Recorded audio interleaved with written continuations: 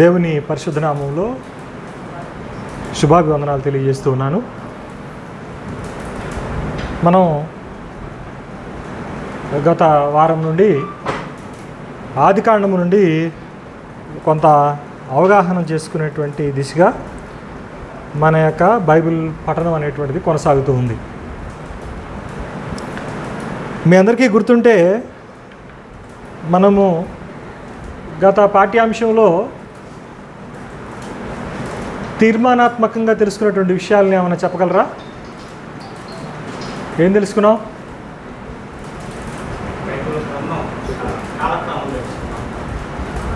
Bible గురించి కాదే మనం తెలుసుకుందే, ఆదికాండం గురించి కదా. ఏం తెలుసుకున్నాం?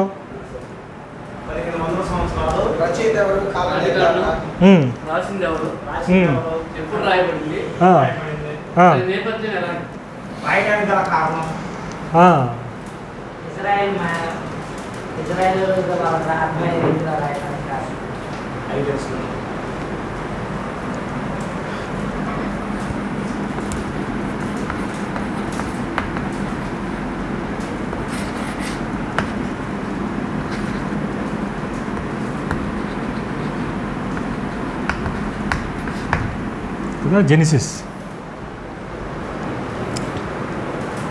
ఈ జెనిసిస్కు సంబంధించినటువంటి లేదా ఆదికాండానికి సంబంధించినటువంటి పూర్వపరాలని మనం చూసాం.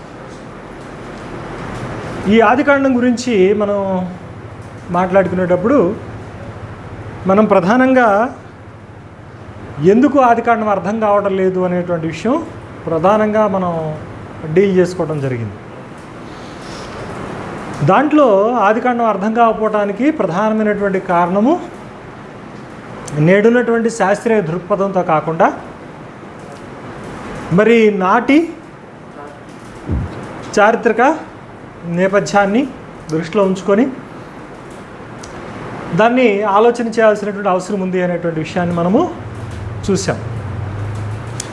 ప్రధానంగా ఆదికాండములో ఉన్నటువంటి మొదటి 11 అధ్యాయాలు ఏవైతే ఉన్నాయో జాగ్రత్త గుర్తుపెట్టుకోండి, వాటిని పాలిమిక్ అంటారు. అంటే ఏదన్నా ఒక విషయాన్ని దుయ్యబడుతూ లోపాలని ఎండగడుతూ వాస్తవాన్ని స్థాపిస్తూ దీర్ఘంగా లేదా రాతపూర్వకంగా చర్చించేటువంటి దాన్ని పాలిమిక్ అంటారు.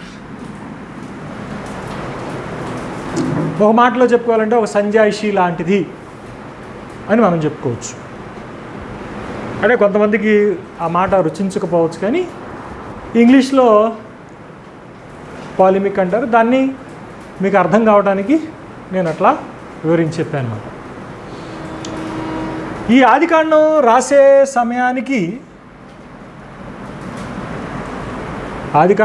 సమయానికి ఏం జరుగుతూ ఉంది లేదా ఎవరు రాస్తున్నారు అనేటువంటి విషయాలను మనం ఆ నేపథ్యంలోనికి మనం వెళ్ళినప్పుడు ఎవరండి రాసింది? ఎవరు?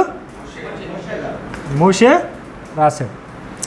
ఈ మోషే ఈ రాసే సమయానికి అంటే సుమారు క్రీస్తు పూర్వం 1500 సంవత్సరాల పూర్వం ఏం జరుగుతూ ఉంది? వీళ్ళు ఐగుప్తు దాస్యం నుండి ఎక్కడికి వెళ్తున్నారు? వీళ్ళు కానాను అనేటువంటి వాగ్దాన దేశానికి వీళ్ళు ప్రయాణమై పోతూ ఉన్నారు. అప్పటికి వీళ్ళు ఐగుప్తులో ఎన్నాళ్ళు కొలువు చేశారండి? 400 సంవత్సరాలు వాళ్ళు కొలువు చేశారు. మరి ఈ 400 సంవత్సరాలు ఐగుప్తులో కొలువు చేయటం అనేటువంటి సంగతి సామాన్యమైనటువంటి సంగతి కాదు కదా. మరి 400 సంవత్సరాల్లో ఏమవుతుంది, ఎలాంటి ప్రాబల్యం వాళ్ళ మీద ఉంటుంది అనేటువంటి దాన్ని కూడా మనము చాలా చక్కగా చూసాం. దాంట్లో మనం ద్వితీయోపదేశకాండం 4వ అధ్యాయం కూడా మీకు చదివించాను. ఏది?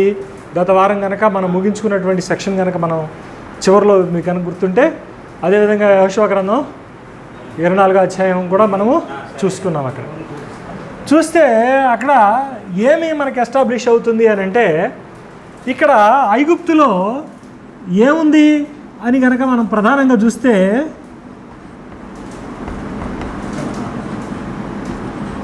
విగ్రహారాధన అనేటువంటిది ఉంది.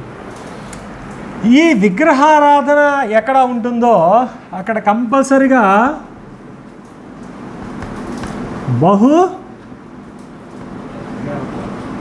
బహుదేవతారాధన అనేటువంటిది కూడా ఉంటుంది.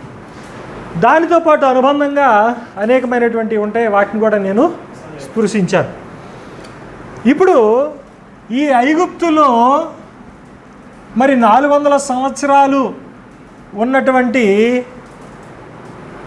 ఈ యొక్క ఇజ్రాయిలు ఏ ప్రభావానికి లోనై ఉంటారు?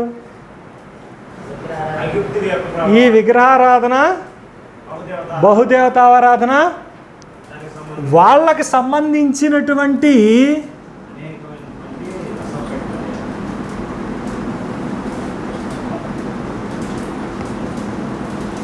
ఇతిహాసాలు, గాథలు,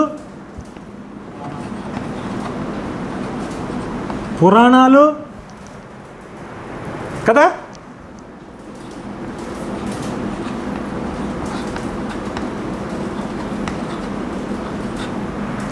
ఆచార వ్యవహారాలు నేర్చుకొని ఉంటారు, అలవాటు పడి ఉంటారు. అదేంది గబక్కనే కనెక్ట్ అవ్వడానికి కొద్దిగా ఇబ్బంది పడుతూ ఉంటారు. ఏంది నిజమా నేర్చుకుంటారా అట్ట అని. దానికి నేను చాలా చక్కగా ఉదాహరణ నేను చెప్పాను. ఉదాహరణకి ఇప్పుడు మనం క్రైస్తవులు అన్న మాటే కానీ మనకు తెలియదు ఏం చెప్పండి. మనం పొద్దున్న లెగిస్తే అనుదైనిక జీవితంలో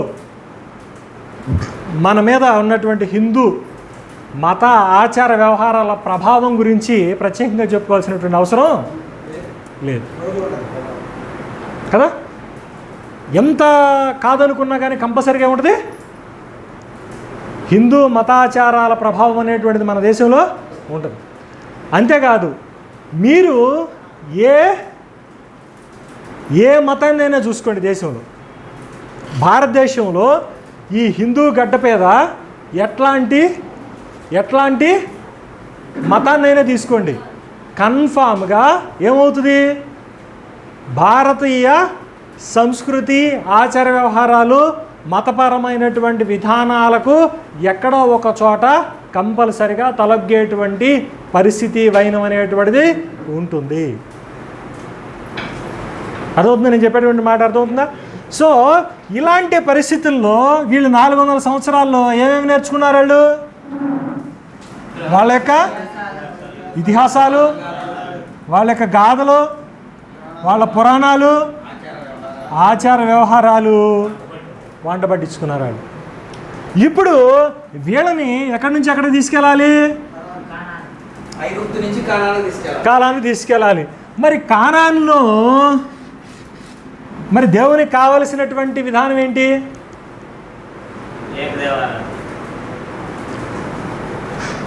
మరి దేవుడు మనం పోయినసారి కూడా చూసాము, ఏమని పరిచయం చేసుకుంటున్నాడు ఇక్కడ మోషేకి? నేను అబ్రహాము దేవుడను, ఇస్సాకు దేవుడను, యాకోబు దేవుడిని అని చెప్పి పరిచయం చేసుకుంటున్నాడు. ఆయన ఎలాంటి దేవుడు అని అంటే సర్వశక్తిమంతుడు. అంతేకాకుండా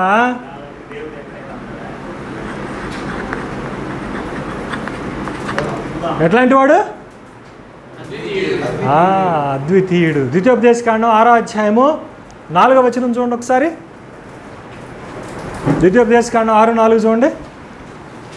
సరే, వాటర్ బాటిల్ షాల్ అవుతుందా? డైరెక్ట్ షాల్ అవుతుంది.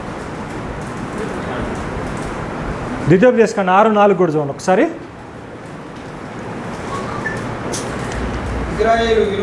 ఇశ్రాయేలు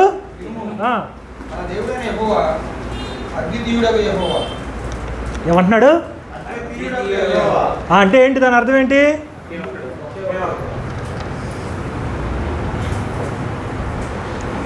ఇంగ్లీష్లో ఏమన్నాడు దాన్ని? Your lord God is one. దీన్ని మనకి తెలుగులో ఏమన్నాడు? ఆ ద్వితీయుడు. ఆ ద్వితీయము అంటే ద్వితీయము కానటువంటి వాడే ఈజ్ వన్ అని చెప్పటం మాట కదా. ఎలాంటి వాడు ఆయన? బహుళత్వం లేదు అక్కడ, ఈజ్ వన్ అంతే తెలిసింది. తర్వాత ఎకాదని రకరకాలు తీసుకొచ్చారులే, కానీ ఈ ఆర్గ్యుమెంట్స్ అన్నీ మనం తర్వాత ఎప్పుడైనా చూడవచ్చు వేరే సందర్భంలో. కానీ అక్కడ ఏం చెబుతున్నాడు? ద్వితీయము కానటువంటి వాడు ఆయన. అర్థమవుతుందా? He's one. తర్వాత చదవండి ఏమంటున్నాడు చూడండి. నీ పూర్ణ హృదయముతోను, నీ పూర్ణ ఆత్మతోను, నీ పూర్ణ శక్తితోను, నీ పూర్ణ ఏమన్నాడు? పూర్ణ హృదయముతోను, పూర్ణ ఆత్మతోను, పూర్ణ శక్తితోను నీ దేవుడైన యెహోవాను ప్రేమింపవలెను. అంటే ఆయన ఒక్కడే, ఆయనే హార్ట్ అండ్ సోల్గా నువ్వు ఆయన ఒక్కడిని మాత్రమే ఓబే చేయాలి అనేటువంటిది అల్టిమేట్ రియాలిటీ అక్కడ. సో ఇప్పుడు ఈ ఒక్క దేవుడు యాహ్వే అని ఎక్కడైతే, లేదా ఎలోహిం అని ఎవరినైతే అంటున్నారో ఆయన వైపు డైరెక్షన్ చేయాలి. ఇప్పుడు ఏం చేయాలి వీళ్ళకి?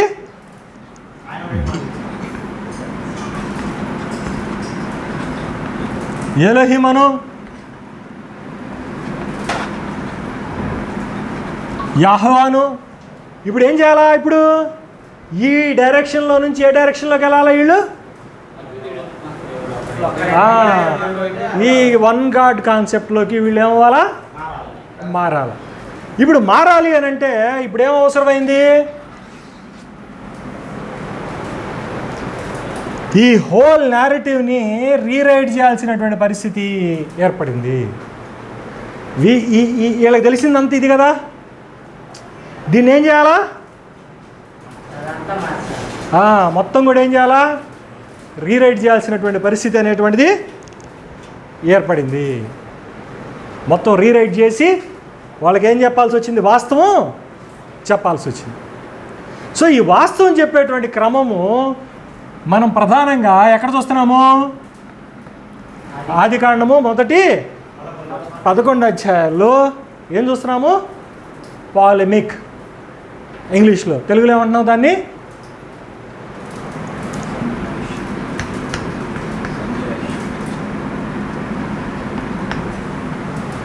లేదా రాతపూర్వకంగా ఇచ్చేటువంటి విపులమైనటువంటి వివరణ.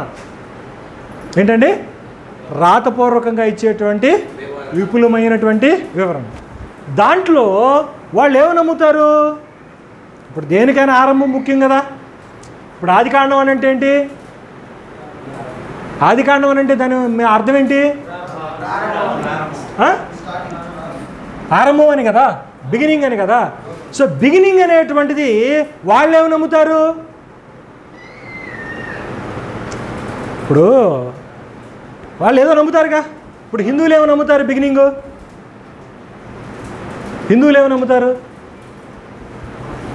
ఇప్పుడు మన హిందువులు ఉన్నారండి, హిందువులు ఏమో నమ్ముతారు? ఏమన్నా ఐడియా ఉందా సతీష్ నీకు?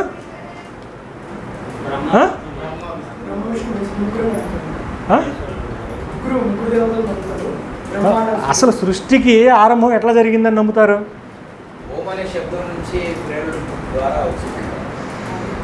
విష్ణు యొక్క నాభిలో నుంచి కమలం పుట్టింది. ఆ కమలం మీద బ్రహ్మ ఉన్నాడు. ఆ బ్రహ్మలో నుంచి ఆకాశము, భూమి, లోకాలు అనేటువంటివి, 3 లోకాలు అనేటువంటివి ఏర్పడ్డాయి. ఆ బ్రహ్మలో నుంచి స్త్రీ, పురుష అనేటువంటివి 2 వేరైనవి అనేటువంటిది హిందూ కాన్సెప్ట్. అది ఒక దాంట్లో, ఒక పురాణంలో ఉన్నటువంటి ఒక కాన్సెప్ట్. అర్థమవుతుందా? ఒక కాన్సెప్ట్. అది ఇంకొక పురాణంలో ఇంకొక రకంగా రాశాడు. మీకు అర్థమవుతుందా? ఒక పురాణంలో ఇంకొక కాన్సెప్ట్ రాశాడు. ఇప్పుడు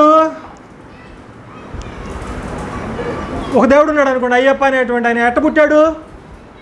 ఒక కాన్సెప్ట్ ఉంది. మీకు అర్థమవుతుందా? అట్లాగా ప్రతిదానికి ఏంటి ఒక ఆరంభం అనేటువంటిది ఉంది. సో ఇప్పుడు అట్లాగే ఈ ఆరంభము అనేటువంటి దానికి ఏముంది వీళ్ళకి?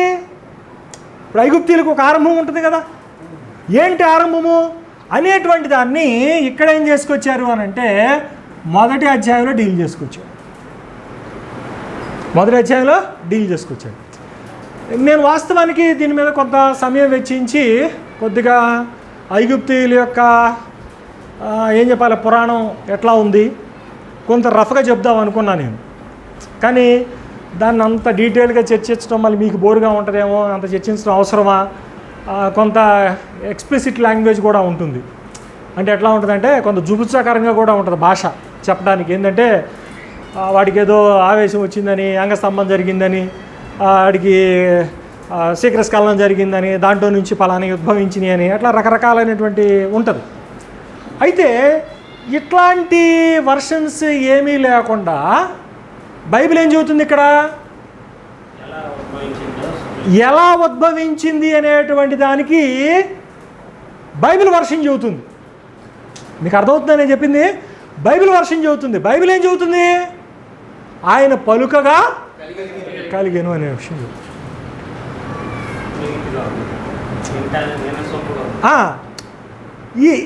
దీనికి సోర్స్ ఏం చెబుతుంది? దేవుడు అని చెబుతుంది. ఇప్పుడు ఏదో దయ్యాలు దేవతలు వీళ్ళు చిలుక్కుంటే వచ్చినట్టుగా చెప్పట్లా. ఎట్లా చెబుతుంది? ఆయన నోటి మాట చేత, ఆయన తన జ్ఞానము చేత. ఎట్లా అంట? సృష్టి ఎట్లా జరిగిందంట? దాని ఆకాశ విషయాలన్నీ ఎట్లా చేశాడంట? వర్డ్ అంటే తన మాట చేత, నోటి మాట చేత. రెండు విజ్డమ్ ఏంటి? జ్ఞానము చేత ఏం చేశాడంట? దీన్ని కలగజేశాడు. ఇది బైబిల్ వర్షన్ అన్నమాట. వర్డ్ మాట ఉంది, ప్లస్ రెండు ఏముంది? జ్ఞానం అనేటువంటిది ఉంది. ఈ సోర్స్ అనేటువంటి దానికి మెయిన్ రీజన్. కానీ వీళ్ళ పురాణాల్లో ఎట్లా ఉంటుంది? వాడు ఈడు అనుకుంటే, లేదా వాడు ఈడు పోతే. అర్థమవుతుందా? రకరకాలైనటువంటి కారణాలు, రకరకాలైనటువంటి వాటిని చెప్పుకొచ్చారు. దాంట్లో ఏ విధమైనటువంటి హేతుబద్ధత లేదు. కానీ ఇక్కడ ఏం చెప్పుకొచ్చారు బైబిల్లో? కేవలము ఆయన నోటి మాట, ఆయన యొక్క జ్ఞానము ద్వారా ఈ యొక్క విశ్వం అనేటువంటిది వచ్చింది అనేటువంటిది చెప్పబడింది. అంతేకాకుండా ఆర్డర్ అనేటువంటిది కూడా ఏర్పడింది. ఆర్డర్ అంటే ఏంటి? క్రమం. వాళ్ళ దాంట్లో క్రమం లేదు. ఆ క్రమానికి కూడా చాలా టైం అనేటువంటిది పడుతుంది. క్రమం అనేటువంటిది కూడా నిర్దిష్టంగా ఉండదు. కానీ ఇక్కడ ఆ మాట జ్ఞానం ద్వారా ఈ క్రమాన్ని ఏర్పాటు చేసినట్టుగా మనం చూస్తాం. మీరు ఆదికాండంలో కూడా చూడండి, దేవుడు సృష్టిని 1, 2, 3, 4, 5, 6, 7 అని చక్కగా ఆర్డర్లో ప్రతిదాన్ని క్రమబద్ధీకరిస్తున్నట్టుగా ఉంటుంది. కానీ వీళ్ళ దాంట్లో ఏముంటుంది? క్రమబద్ధీకరించుకునేటువంటి విధానం అనేటువంటిది ఉండదు. అంతా అలగాపులగం చేసినట్టుగా ఉంటుంది అన్నమాట. సో అందుకని ఏముంటుందంటే, ఇంకా పండితులు ఏం చూశారంటే, మొదటి 3 అధ్యాయాలనేమో క్రియేషను, చివరి 3 రోజుల్లోనేమో ఫిల్లింగ్. మొదటి 3 ఏమో క్రియేషను, తర్వాత 3 ఫిల్లింగ్ అంటే నింపటం దాన్ని. అంటే ఏదైనప్పటికీ కూడా ఏం చూసుకొచ్చారు ఇక్కడ? ఏ కైండ్ ఆఫ్ సిమెట్రికల్ ఆర్డర్, ఒక క్రమం అనేటువంటిది ఉన్నట్లుగా ఆదికాండంలో చూడటం అనేటువంటిది జరిగింది. సో ఇది దేనికి సంకేతంగా వాడాడు? సైంటిఫికల్గా చెప్పాలనేటువంటిది బైబిల్ యొక్క ఉద్దేశమా? కాదు. సైంటిఫికల్గా కాకుండా అప్పుడున్నటువంటి ప్రజలని దృష్టిలో పెట్టుకొని వాళ్ళకు ఉన్నటువంటి అపోహల్ని, అపార్థాలని డీల్ చేస్తూ, వాళ్ళకి ఏకదేవుని యొక్క విశ్వాసాన్ని సుస్థిరం చేస్తూ, వాళ్ళకున్నటువంటి ఈ నమ్మకాలని పటాపంచలు చేస్తూ, వీటన్నిటికీ కూడా ఆధారమైనటువంటి వాడు దేవుడు అనేటువంటి, యెహోవా దేవుడు అనేటువంటి విషయాన్ని స్థాపిస్తూ, ఆయన మాట ద్వారా, ఆయన జ్ఞానాన్ని బట్టి ఈ విశ్వం అనేటువంటిది లేదా లోకం అనేటువంటిది క్రమబద్ధీకరించబడుతుంది అనేటువంటి విశ్వాన్ని అక్కడ ఎస్టాబ్లిష్ చేస్తున్నాడు మోషే. ఇది మనం ఆదికాండంలో మనం చాలా జాగ్రత్తగా చాలా చక్కగా నేర్చుకోవాల్సినటువంటి పాయింట్. అంతేగాని సైన్స్ ఎతకబాకండి. ఏంటండి, ఏం ఎతకూడదు? సైన్స్ ఎతకబాకండి. ఎందుకు? సైన్స్ అనేది ఏమవుతూ ఉంటుంది? మారుతూ ఉంటుంది. సైన్స్ అనేది ఎప్పుడు కూడా స్టాండర్డ్గా స్టాగ్నెట్గా ఉండదు. సైన్స్ అనేది మీకు ఇప్పుడు చూస్తాం చూడండి, ఇప్పుడు కళ్ళజోళ్ళకి తీసుకోండి, లేకపోతే మీ దగ్గర ఉన్న ఫోన్లు తీసుకోండి. ఈ సంవత్సరం ఉన్న ఫోను వచ్చే సంవత్సరం ఉంటుందా? ఏది కూడా మీ దగ్గర స్టాండర్డ్గా ఉండదు. ఇవన్నీ ఏమవుతూ ఉంటాయి? ప్రతిదీ కూడా మారిపోతూ ఉంటుంది. సైన్స్ కానీ, టెక్నాలజీ కానీ, సొసైటీ కానీ ప్రతిదీ కూడా ఏమవుతూ ఉంటాయి? మారిపోతూ ఉంటాయి. మీకు అర్థమవుతుందా? కనుక ఈ విషయాన్ని చాలా జాగ్రత్తగా గుర్తుపెట్టుకోండి. కాబట్టి మోషే భక్తుని యొక్క గురి ఏంటి? ఈ యొక్క అంధ విశ్వాసములో నుండి వాళ్ళని ఎక్కడికి తీసుకురావాలి? ఏకదేవుని యొక్క విశ్వాసంలోకి వాళ్ళని నడిపించాలి. అన్నిటికీ ఆధారం ఏమని చూపించాలనుకుంటున్నాడు యెహోవా దేవుడు? ఆయన యొక్క మాట జ్ఞానము ద్వారా ఈ క్రమబద్ధీకమైనటువంటి విధానము విశ్వం అనేటువంటిది ఏర్పడింది అనేటువంటిది ఆయన యొక్క అజెండా అనేటువంటిది ముఖ్యం. దానికి మనం చాలా చక్కగా ద్వితీయోపదేశకాండం 4వ అధ్యాయం కూడా మనము చదువుకున్నాం. ఇది గుర్తుంది కదా అందరికీ? ఇది గుర్తుపెట్టుకోండి. ఇది గుర్తుపెట్టుకున్న తర్వాత మనం ఇంకొక విషయాన్ని ఇక్కడ మనం చూడాలి. ఏం చూడాలి? మీరు కనుక ఈ అన్యుల యొక్క ఇతివృత్తాలను కనుక మీరు గమనిస్తే, ఎవరి విగ్రహారాధన బహుదేవతారాధన చేసేటువంటి వాళ్ళ యొక్క ఇతిహాసాలని, గాథల్ని, పురాణాలని కనుక మీరు గమనిస్తే, ఈ సృష్టిలో ఉన్నటువంటి ప్రతి ఎలిమెంట్ కూడా దేవుళ్ళే, దేవతలే. వానరుడు, వాయువు దేవుడే, వర్షం దేవుడే, ప్రతిదీ గాలి దేవుడే, అగ్ని దేవుడే, ప్రతిదీ కూడా ఏమవుతుంది? దేవుడిగా ఉంటూ ఆరాధనలు లేదా పూజలను ఎందుకోవడం అనేటువంటిది పరిపాటిగా ఉంది. అయితే ఇక్కడ విషయం చూడండి, దీనికి భిన్నంగా ప్రశ్న లేదా?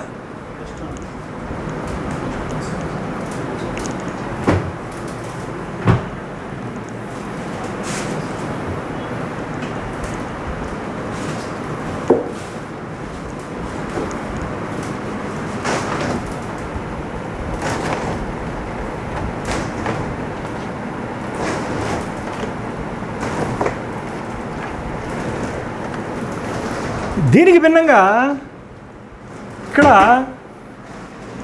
బైబిల్ రచయితలు దేవుణ్ణి ఏమని చూపిస్తున్నారు అని అంటే,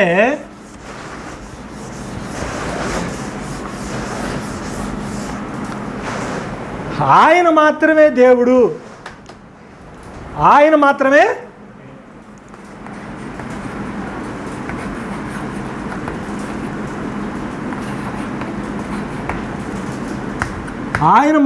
దేవుడు, మిగిలిందంతా కూడా ఆయన యొక్క సృష్టి అనేటువంటి విషయాన్ని గ్రంథం మొత్తం కూడా ఎస్టాబ్లిష్ చేశారు.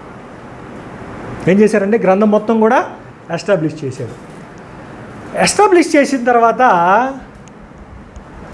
ఇంకొక విషయం ఏంటంటే, ఇక్కడ కొద్దిగా బాగా అర్థం చేసుకోవాల్సిన విషయం ఏంటంటే, మీ కొద్దిగా అర్థం కావడం కోసం మెటీరియల్ తీసుకోండి, కొద్దిగా మెటీరియల్ తీసుకోండి. ఈ మెటీరియల్ ఇచ్చాను కదా, మెటీరియల్ తీసుకోండి. ఈ మెటీరియల్లో ఈరోజు మనం ఒక ప్రయత్నం చేద్దాం. చివరికి మనం ఒక విషయాన్ని నేర్చుకొని పోతాం ఈరోజు. ఆదికాండం మొదటి 3 అధ్యాయాల మీద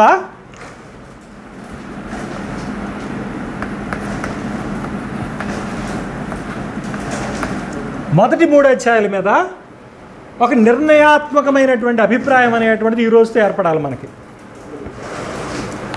మొదటి 3 అధ్యాయాలని మనం చూసేటువంటి దృష్టికోణం అనేటువంటిది మారాల్సినటువంటి అవసరం ఈరోజు మీ వినికిడిలో ఈ క్లాస్ ద్వారా ఏర్పడిపోతా ఉంది. కొద్దిగా చూడండి, ఎవరైనా మొదటి పారాగ్రాఫ్ చదవండి ఒకసారి.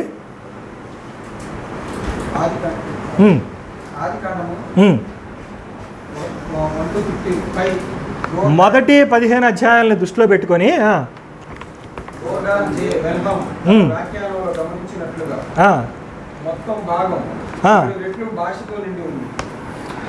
ఏమంటున్నాడండి ఈయన? ఇక్కడ మీకు ఒక చిన్న విషయాన్ని చెప్తాను చూడండి. ఆదికాండంలో హెప్టాటిక్ స్ట్రక్చర్ అంటారు.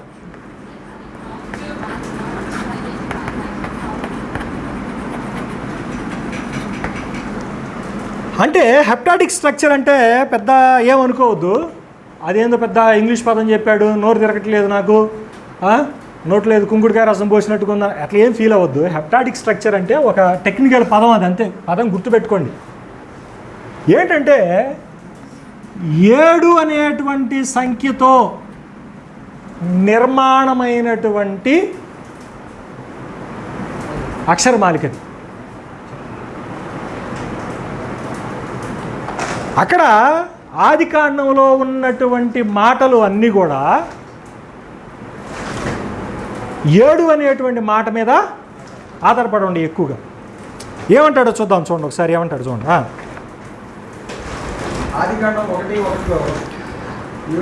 ఆదికాండం 1వ అధ్యాయం 1వ వచనం అంటే ఒక మొదటి మాటలో ఏమనుంది? ఆది యందు దేవుడు భూమి ఆకాశములను సృజించెను అనేటువంటి మాట ఏదైతే ఉందో దాంట్లో ఎన్ని పదాలు ఉన్నాయంట? దాంట్లో మొదటి దాంట్లోనే 7 పదాలు ఉన్నాయంట. హీబ్రూలో ఎన్ని పదాలు ఉన్నాయి? 7 పదాలు ఉన్నాయి దాంట్లో. తర్వాత ఆదికాండము 2వ వచనంలో కనుక చూస్తే మళ్ళీ ఎన్ని ఉన్నాయి? 14 పదాలు ఉన్నాయి. 14 అంటే ఎన్ని ఏళ్ళు ఉన్నట్టు? 2 ఏళ్ళు. అంటే 7 అనేటువంటిది ఏమవుతుంది ఇక్కడ? మల్టిప్లై అవుతుంది. అంటే ఏంటి? పెరుగుతా పోతుంది. అక్కడ మొదటి వచనంలో ఎన్ని ఉన్నాయి? 7 మాటలు ఉన్నాయి, 7 పదాలు ఉన్నాయి. 2వ వచనంలోకి వచ్చేసరికి ఏమైంది? 7 కాస్త ఏమైంది? 14 అయింది. అంతే ఏమైంది? 2 ఏళ్ళు ఉన్నాయి అక్కడ. అంటే దీన్ని ఈ మాటల పొందికని ఏమంటారంటే హెప్టాటిక్ స్ట్రక్చర్ అంటారు. మీకు అర్థమవుతుందా? హెప్టాటిక్ స్ట్రక్చర్ అంటారు. 7 అనేటువంటిది సంపూర్ణ సంఖ్య అండి హీబ్రూలకి. ఏంటండి? ఏంటి 7 అనేటువంటిది? ఇదంతా ఎందుకు మాట్లాడుకుంటున్నాం? మనకి అక్కడ సృష్టి ఎన్ని రోజులు చేశాడు? అక్కడ 7వ దినాన్ని ఏం చేశాడు ఆయన? విశ్రమించినట్టుగా మనం చూస్తూ ఉన్నాం. మొదటి దినము, 2వ దినము, 3వ దినము, 4వ దినము, 5వ దినము, 6వ దినము, 7వ దినము అని మనం 7 దినాల గురించినటువంటి వివరణ మనము చూస్తాం. ఈ 7 దినాలు అనేది చూడటమే కాకుండా మొదటి మాటలోనే ఎన్ని పదాలు ఉన్నాయి? 7 పదాలు ఉన్నాయి. 2వ మాటలు ఎన్ని ఉన్నాయి? 14 పదాలు. అంటే 2 ఏళ్ళు 14 ఉన్నాయి. తర్వాత ఏమున్నాయంట? భూమి మరియు ఆకాశము లేదా ఆకాశం గురించినటువంటి ప్రస్తావన ఒక్కొక్కటి ఎన్నిసార్లు కనపడుతుంది? 21 సార్లు కనపడుతుంది. అంటే 7 మూళ్ళు. తర్వాత దేవుడు అనేటువంటి పేరు ఎన్నిసార్లు కనపడుతుందంటే మొదటి అధ్యాయంలో 35 సార్లు కనపడుతుంది. అంటే ఎన్నేళ్ళు ఉన్నట్టు? 7 5 35. తర్వాత దేవుడు అది మంచిదని చూచెను. అంటే అది ప్రతిదినం అయిన తర్వాత మంచిదైనట్టుగా చూచాను అని వివరణ ఉంటుంది, ముగింపు ఉంటుంది మాట. దాన్ని ఎన్నిసార్లు కనిపిస్తుంది? అది 7 సార్లు కనిపిస్తుంది. కాబట్టి సమాచారం ఉన్నటువంటి హీబ్రూ పాఠకుడికి, అంటే హీబ్రూ భాష మీద అవగాహన ఉన్నటువంటి వాడికి ఏంటంట, ప్రతి మలుపులోనూ 7 రెట్లు లేదా హెప్టాటిక్ నిర్మాణంపై శ్రద్ధ వహించమని చెప్పబడింది. కాబట్టి హీబ్రూ భాష తెలిసినటువంటి వాడికి, హీబ్రూ గ్రామర్ తెలిసినటువంటి వాడికి ఆటోమేటిక్గా వాడి దృష్టి, వాడి యొక్క మనస్సు, వాడికి ఏం సూచనార్థం వస్తుంది? అరే, ఈ నిర్మాణంలో ఏదో చక్కని ఏదో సూచనార్థం ఉన్నది, దీన్ని మనం చాలా జాగ్రత్తగా ఆలోచించాల్సినటువంటి అవసరం ఉంది అనేటువంటి ఒక సంకేతం అనేటువంటిది వాడికి చెప్పకనే చెప్పబడి. అర్థమవుతుందా? అంటే ఇక్కడ రాతపూర్వకంగా కూడా ఎంజాయ్ చేయటానికి చాలా చక్కని సమాచారము, సందేశం అనేటువంటిది ఉన్నది అనేటువంటి విషయం మనకి అర్థమవుతుంది. తర్వాత రెండో పారాగ్రాఫ్ కూడా చూద్దాం, చూడండి. ఇంకా ఈ భాగంలోని ముఖ్యమైన పదాలు 7 గుణిజాలలో కనిపిస్తాయి. దేవుడు 35 సార్లు అంటే 7 సార్లు 5. 7 5 35. భూమి 21 సార్లు అంటే 7 సార్లు 3. ఆకాశం లేదా ఆకాశం 21 సార్లు మరియు అదే అలాగే జరిగింది 7 సార్లు. అంటే ఆయన చెప్పాడు అనగానే అది జరిగింది అనే మాట ఉంటుందండి ఇంగ్లీష్లో. అది 21 సార్లు. మరియు దేవుడు అది మంచిదని చూశాడు 7 సార్లు. దీని అంతటిని కూడా ఏమంటారంటే హెప్టాడిక్ స్ట్రక్చర్ అంటారు. ఏమంటారు? హెప్టాడిక్ స్ట్రక్చర్ అంటారు. ఈ సమాచారం అనేటువంటిది మొదటి అధ్యాయం దగ్గరికి వెళ్ళేటప్పుడు నీకు మనసులో ఉండాలి. మొదటి అధ్యాయంలో 7ల యొక్క నిర్మాణం అనేటువంటిది చాలా విస్తారంగా కనపడుతుంది. 7 రోజుల సృష్టి కనపడుతుంది. మొదటి వచనం నుంచి చివరి వచనం దాకా 7ల యొక్క సంఖ్య పదే కనపడతా ఉంది. దాన్ని ఏమంటారండి? ఆ 7 పదే కనపడతాం అనేటువంటి దాన్ని హెప్టాడిక్ స్ట్రక్చర్ అంటారు. ఇది గుర్తుపెట్టుకోండి. అర్థమవుతుందా? మీకు ఇందాక కూడా ఒక టెక్నికల్ పదాన్ని చెప్పాను. ఏంటది టెక్నికల్ పదం? ఒకటి ఇందాక చెప్పినట్టు ఉన్నాను. ఇందాక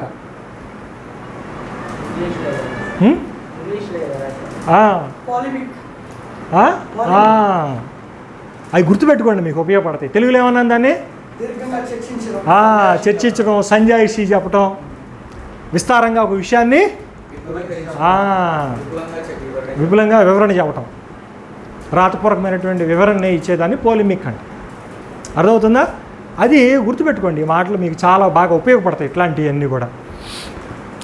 తర్వాత 3వ పారాగ్రాఫ్ చూడండి.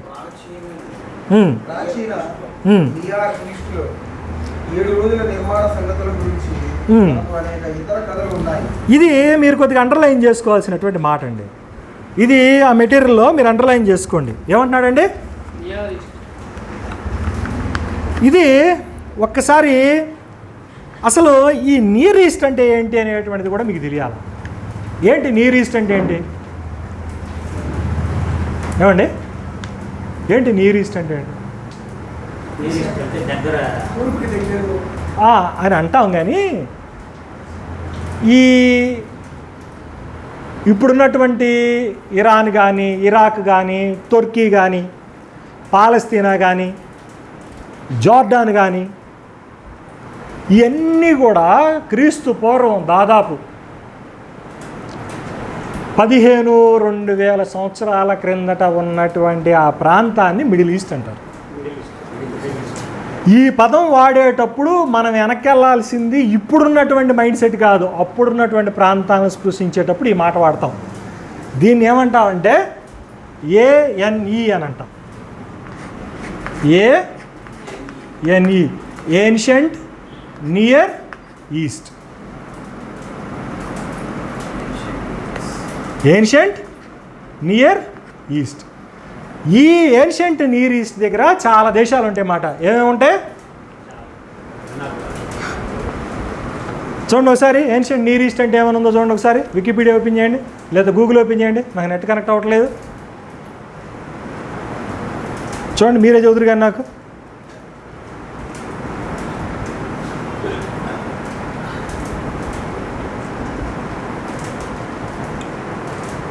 ఏన్షియంట్ నియర్ ఈస్ట్ అని టైప్ చేయండి. Ancient Near East refers to a geographical region in Western Asia, roughly corresponding to the modern Middle East, where early civilization developed. This area often called the cradle of civilization. Cradle of civilization అంటారు. అంటే cradle అంటే ఏం చేయాలా? నీకు నాగరికతకి తప్పడడుగులు వేసినటువంటి ప్రాంతం అది. అంటే అడుగులు వేసినటువంటి ప్రాంతం. అర్థమవుతుందా? నాగరికత అనేటువంటిది అక్కడే అడుగులు వేయటం మొదలేసింది. ఏమేమి దేశాలు ఉన్నాయి అక్కడ చూడు. like మెసొపొతేమియా, Syria, Iraq, Anatolia, bracket Turkey. అదిగో నువ్వు చెప్పండి, నా చెబుతాను, ఒక్కొక్కటి రాస్తాను, చెప్పండి ఏమేమి ఉన్నాయి. Mesopotamia, Iraq, Syria, Mesopotamia, Iraq, Syria, Iraq, Syria, Egypt, ఇరానా, Turkey, Arabian, Lebanon, Israel, Palestine, Jordan, Cyprus. ఈ దేశాలన్నిటినీ కూడా ఎప్పుడు, అది కూడా క్రీస్తు పూర్వం 1500 సంవత్సరాల క్రిందట, దాదాపు 2000 సంవత్సరాలు ఆ టైం పీరియడ్లో ఉన్నటువంటి సివిలైజేషన్ని ప్రధానంగా దృష్టిలో పెట్టుకొని మాట్లాడతారు. దీన్ని ఏన్షియంట్ నియర్ ఈస్ట్ అంటారన్నమాట. అర్థమవుతుందా? ఇది గుర్తుపెట్టుకోండి, ఇది గుర్తుపెట్టుకోండి. చదవండి తర్వాత ఏమంటున్నాడు చూడండి. అక్కడ ఈ ఏన్షియంట్ నియర్ ఈస్ట్ అనే మాట ఇక్కడ దీన్ని ఎందుకు ఇక్కడ స్పృశించడం జరిగింది అని అంటే, ఏమంటున్నాండి మూడో పారాగ్రాఫ్లో ఏం చదువుతున్నారు మీరు? 7 రోజుల నిర్మాణ సంగతుల గురించి అనేక కథనాలు. ఇది నోట్ చేసుకోవాలి.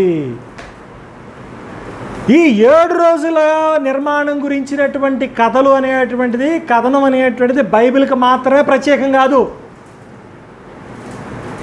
నేను ఇప్పుడు వరకు ఇచ్చినటువంటి వివరణ, పాలిమిక్ అని ఏదైతే చెప్తున్నానో దీనికి సమాంతరంగా ఉన్నటువంటి చారిత్రకపరమైనటువంటి అటెస్టేషన్ కూడా బలమైనటువంటి రుజువు ఇది. అర్థమవుతుందా? ఏన్షియంట్ నియర్ ఈస్టర్న్ లిటరేచర్ కూడా మనం చూసినప్పుడు Mesopotamia, Iran, Syria, Egypt, Iraq, Turkey, లెబనాను, Israel, పాలస్తీనా, జోర్డాను, ఇంకా ఉన్నాయి దేశాలు, 2-3 దేశాలు. ఇంకా ఈ ప్రాంతాల్లో అక్కడున్నటువంటి పురాణ గాథల్లో వాళ్ళ యొక్క ఇతిహాసాల్లో 7 రోజుల యొక్క సృష్టి నిర్మాణం గురించినటువంటి, 7 రోజుల యొక్క నిర్మాణ గాథల గురించినటువంటి ఆనవాళ్ళు అనేటువంటివి ఉన్నాయి. ఇప్పుడు మనకేమవుతుంది అని అంటే, వీటిని అధ్యయనం చేయటం అనేటువంటిది ఇక్కడ బైబిల్లో ఉన్నటువంటి దాన్ని అర్థం చేసుకోవడానికి ఒక సామ్యతను, ఒక అవగాహన ఇవ్వడానికి దోహదపడుద్ది. నేను చెప్పింది అర్థమవుతుందా? ఏమవుద్ది? ఏది వచ్చింది అవగాహన?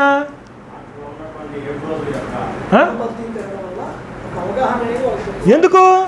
మనం చదివే లిటరేచరు, ఇప్పుడు నువ్వు చదువుతున్నటువంటి బైబిల్ ఎప్పుడుది? నువ్వు చదువుతున్నటువంటిది క్రీస్తు పూర్వం ఎప్పుడుది? క్రీస్తు పూర్వం ఎప్పుడు రాశాడు మోషే? 1500 సంవత్సరాల క్రిందట మోషే రాశాడు. మోషే రాసే టయానికి, మోషే కన్నా ముందు 2000 సంవత్సరాల కిందటే ప్రాచుర్యంలో ఉన్నటువంటి విషయాలు ఇవన్నీ కూడా. అర్థమవుతుందా నేను చెప్పింది? సో వీళ్ళందరికీ కూడా ఈ విషయాలన్నీ కూడా ఏమవుతాయి? తెలిసినవే. తెలిసినటువంటి వాటిని ఇక్కడ ఏం చేస్తున్నాడు మోషే? క్రమబద్ధీకరించి, తప్పుల్ని సరిచేసి, సరైనటువంటి వర్షన్ని ఇస్తున్నాడు.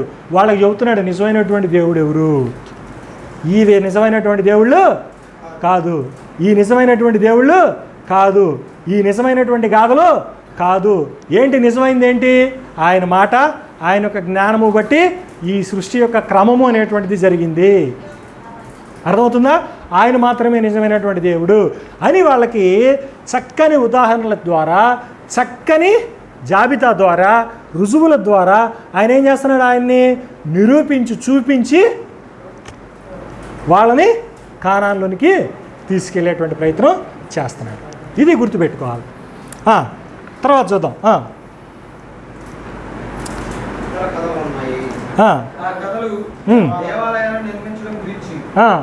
నిర్మాకాండం 39:40లో ఇది ఇక్కడ మనం చాలా జాగ్రత్తగా దృష్టి పెట్టాల్సినటువంటిది. మీరు ఇప్పుడు వరకు వినలేదు, మీకు ఇప్పుడు వరకు తెలియదు. ఇక్కడి నుంచి మీకు సబ్జెక్ట్ మారిద్ది. ఏం మారిద్దండి? ఇక్కడ నుంచి సబ్జెక్ట్ మారిద్ది. ఇక్కడ నుంచి కొద్దిగా ఈ మాటను అండర్లైన్ చేసుకోండి. ఏమంటున్నాడండి? ఈ కథలు దేవాలయాలను నిర్మించడం గురించి నిర్గమాకాండము 39 నుంచి 40లో 7 రోజుల గుడార నిర్మాణము మరియు ప్రతిష్ట, సొలొమోను ఆధ్వర్యంలో 7 సంవత్సరాల యెరూషలేము ఆలయ నిర్మాణము, సమాంతర బైబిల్ ఇతివృత్తాలు, దీని గురించినటువంటి ఏమనాలా ఒక టచ్ అక్కడ రాయడం జరిగింది. దీని గురించి 5వ పేజీలో కొద్దిగా రాసాము. దాని గురించి మనం అక్కడ చూద్దాం. ఏది ఈ నియర్ ఈస్టర్న్ లిటరేచర్లో ఆ 7 రోజుల సృష్టి గురించి ఏముంది ఏంటి అనేది చూద్దాం. ఇప్పుడే చూద్దాం. అయితే చూద్దాం. చూడండి 5వ పేజీకి వెళ్ళండి. చెప్తా 5వ పేజీకి వెళ్ళండి చెప్తాను. ఈ 5వ పేజీలో ఈ పార్ట్ చూడండి. ఈ పార్ట్ ఫస్ట్ భాగం చూడండి. ఇవి చూస్తున్నారు కదా, ఇవి సిలిండర్ లాగా ఉండే చూసారా, మన గ్యాస్ సిలిండర్ లాగా మట్టి సిలిండర్లు.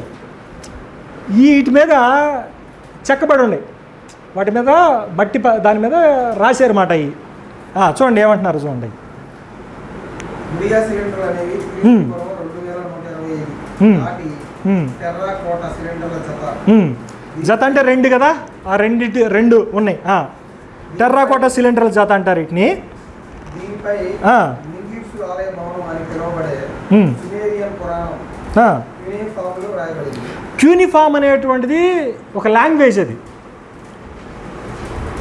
ఈ మెసొపొటేమియా ఈ ప్రాంతంలో వాడబడ్డటువంటి భాషని క్యూనిఫామ్ కోడ్ అంటారు. ఆ లిపి ఉంది కదా, రాయబడ్డటువంటి లిపి, దాన్ని క్యూనిఫామ్ అంటారు. ఆ లిపి పేరేంటి? క్యూనిఫామ్. మెసొపొటేమియా అంతా కూడా క్యూనిఫామ్ ఉంటుంది. ఓకే, క్యూనిఫామ్లో రాయబడింది అది. ఈ సిలిండర్ను లగాష్ పాలకుడు గుడియా తయారు చేశాడు. మరియు 1877లో ఇరాక్లోని టెల్లో గిర్సు వద్ద తవ్వకాల సమయంలో కనుగొనబడ్డాయి. మరియు ఇప్పుడు ఫ్రాన్స్లోని పారిస్లోని లౌవ్రేలో ప్రదర్శించబడుతున్నాయి. ఇవి ఇప్పటి వరకు కనుగొనబడిన అతి పెద్ద క్యూనిఫామ్ సిలిండర్లు మరియు సుమేరియా భాషలో రాయబడిన అతి పొడవైన వచనాన్ని కలిగి ఉన్నాయి అని అంటున్నారు. దీంట్లో ఈ క్యూనిఫామ్, ఈ గుడియా సిలిండర్ ఏదైతే ఉందో, దీంట్లో ఈ 7 రోజుల యొక్క దేవాలయ నిర్మాణం గురించి సృష్టి సంబంధమైనటువంటి భాష వాడుతూ ఆదికాండాన్ని గుర్తు చేసేటువంటి విధంగా, అర్థమవుతుంది మీకు, రాయబడి ఉంది. దీని గురించి కూడా ఇన్ఫర్మేషన్ ఉంది, కావాలంటే ఇవ్వచ్చు. కానీ మళ్ళీ ఇక్కడ నుంచి సపరేట్గా ట్రాక్ లాగా వెళ్ళిపోద్దాం అన్నట్టు ఉద్దేశం మీద నేను జస్ట్ మెన్షన్ చేశాను అంతే. ఓకే, సో ఇక్కడ మనం ఏం చెప్తున్నాము, ఈ గుడియా సిలిండర్ల గురించినటువంటి ప్రస్తావన ఎందుకు తీసుకొచ్చాము ఇక్కడ అని అంటే, ఏన్షియంట్ నియర్ ఈస్ట్ అంటే పురాతనమైనటువంటి ఈ మెసొపొటేమియా నాగరికతలో ఉన్నటువంటి ప్రాంతాల్లో లభించినటువంటి సాహిత్యంలో ఏం కనపడుతుంది? 7 రోజుల నిర్మాణం, అది కూడా దేవాలయ సంబంధమైనటువంటి నిర్మాణం గురించినటువంటి వివరణ కనపడతా ఉంది. అర్థమవుతుందా? ఇంతవరకే గుర్తుపెట్టుకోండి. మీకు ఇంకా ఎక్స్ట్రా ఏం మీరు ఇబ్బంది పడద్దు. ఓకే, అది గుర్తుపెట్టుకోండి. మళ్ళీ మొదటి పేజీకి వచ్చేసేయండి.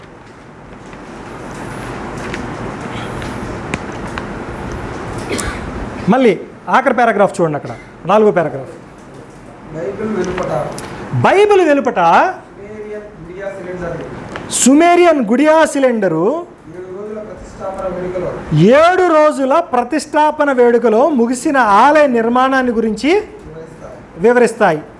ఈ గుడియా సిలిండర్లో ఆ పారాగ్రాఫ్ ఏది, దాని గురించి పుస్తకంలో ఏ పుస్తకంలో ఉంది ఆ రిఫరెన్స్ కూడా ఇచ్చాము. ఈ ఆలయ నిర్మాణ కథనాలన్నీ కూడా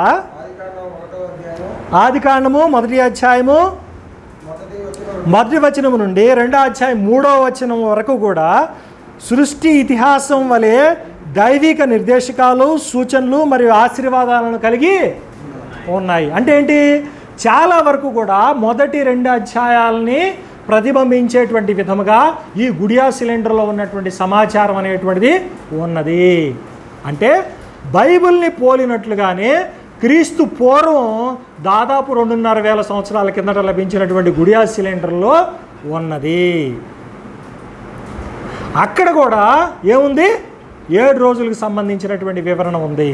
అయితే గమనించదగినటువంటి విషయం ఏంటి అని అంటే, అది దేవాలయ నిర్మాణం గురించి, దాని ప్రతిష్టత గురించి, దానికి సంబంధించినటువంటి నిర్దేశకాల గురించినటువంటిది, అంతేగాని భౌతిక సంబంధమైనటువంటి సృష్టి గురించింది కాదు అనేటువంటి విషయాన్ని మనం గమనించాలి. అర్థమైంది నేను చెప్పిన మాట. తర్వాత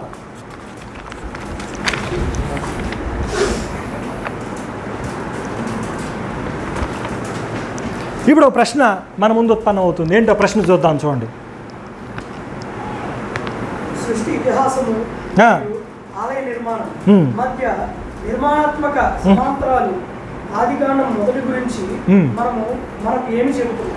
ఇక్కడ ఈ ప్రశ్న మీకు అర్థం కాకపోవచ్చేమో, కొద్దిగా టెక్నికల్గా ఉంటుంది. ఏంటంటే సృష్టి ఇతిహాసం గురించి ఆలయ నిర్మాణానికి మధ్య నిర్మాణాత్మకమైనటువంటి సమాంతరత ఏమన్నా ఉందా?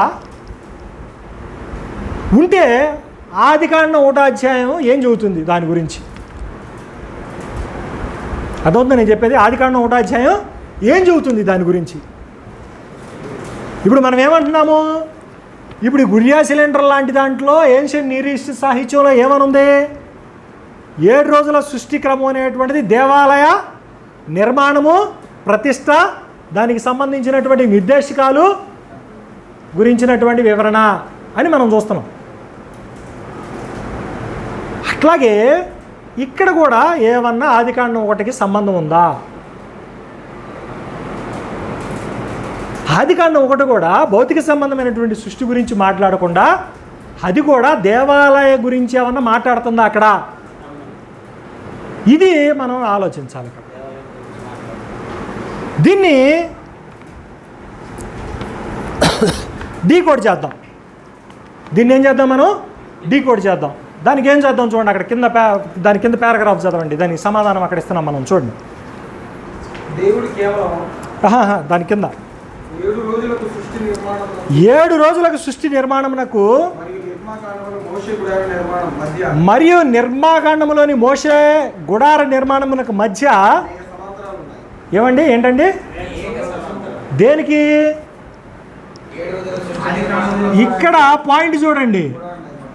ఆదికాండం మొదటి 2 అధ్యాయాలకి, తర్వాత నిర్గమాకాండం, గుడార నిర్మాణం ఎక్కడి నుంచి ఉంది?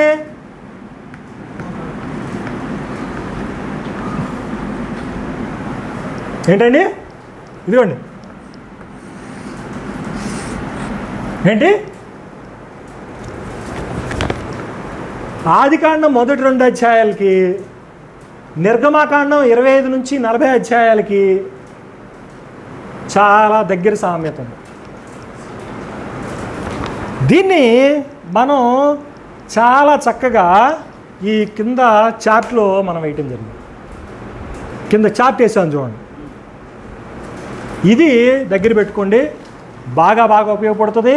ఇక నుంచి మీ ఆలోచన సరళి అనేటువంటిది మారబోతుంది. మారాలి, మీ బాధ్యత ఏంటో తెలియాలి, మీ రోల్ ఏంటో తెలియాలి. ఇక నుంచి ఏది ఈ లోకంలో అది ఏంటో కూడా నేను కంక్లూజన్లో చెప్తాను. చూడండి ఏమంటున్నాడు, చూడండి. దేవుడు కేవలం ఒక విశ్వాన్ని నిర్మించడమే కాదు,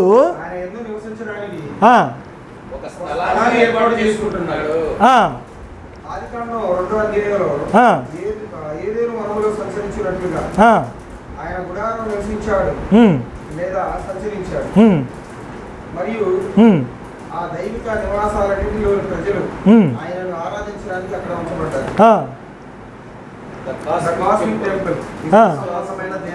ఇక్కడ హోమో లిటర్జికస్ అనేటువంటి ఇంకొక టెక్నికల్ పదాన్ని వాడాను. అక్కడ యాక్చువల్గా సామ్సన్ దాన్ని ఎత్తేసాడు.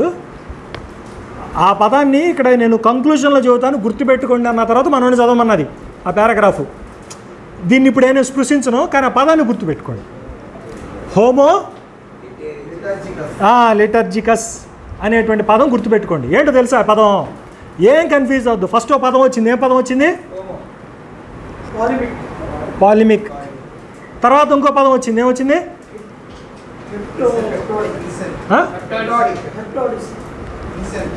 Heptadic structure. హెప్టాడిక్ స్ట్రక్చర్ అంటే ఏంటి? ఏడు అన్ని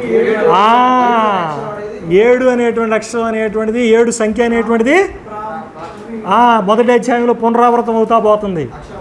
7 అనేటువంటిది దేనికి సాదృశ్యం? సంపూర్ణతకు సాదృశ్యం. అంటే మొదటి అధ్యాయంలో ఏం కనపడుతుంది? అంటే దేవుని యొక్క పని సంపూర్ణంగా కనపడుతుందా లేదా? అక్కడ సంపూర్ణతకి సాదృశ్యంగా ఉందా లేదా? అక్కడ అంటే దేవుడు ఆయన పని మొదలు పెడితే ఏమవుతుంది? హిస్ పర్ఫెక్ట్ అనేటువంటిది ఒక నినాదం మనకి, ఆ సంకేతం అనేది, గుడ్ సైన్ అనేది మనకి కనపడతా ఉంటుంది. ఇది గుర్తుపెట్టుకోండి. ఇప్పుడు మనం డైరెక్ట్గా టేబుల్ దగ్గరికి వెళ్దాం. ఈ టేబుల్ దగ్గరికి వెళ్ళిపోదాం. టేబుల్ చూద్దాం. ఇప్పుడు ఈ టేబుల్ గుర్తుపెట్టుకోండి. టేబుల్ దగ్గర టేబుల్ చూడండి ఒకసారి ఏముందో. ఏంటండి?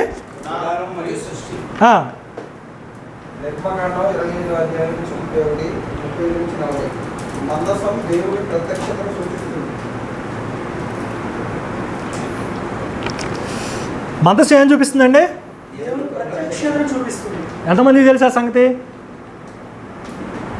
మందసం దేనికి? దేవుని ప్రత్యక్షత. దేవుని యొక్క ప్రత్యక్షత.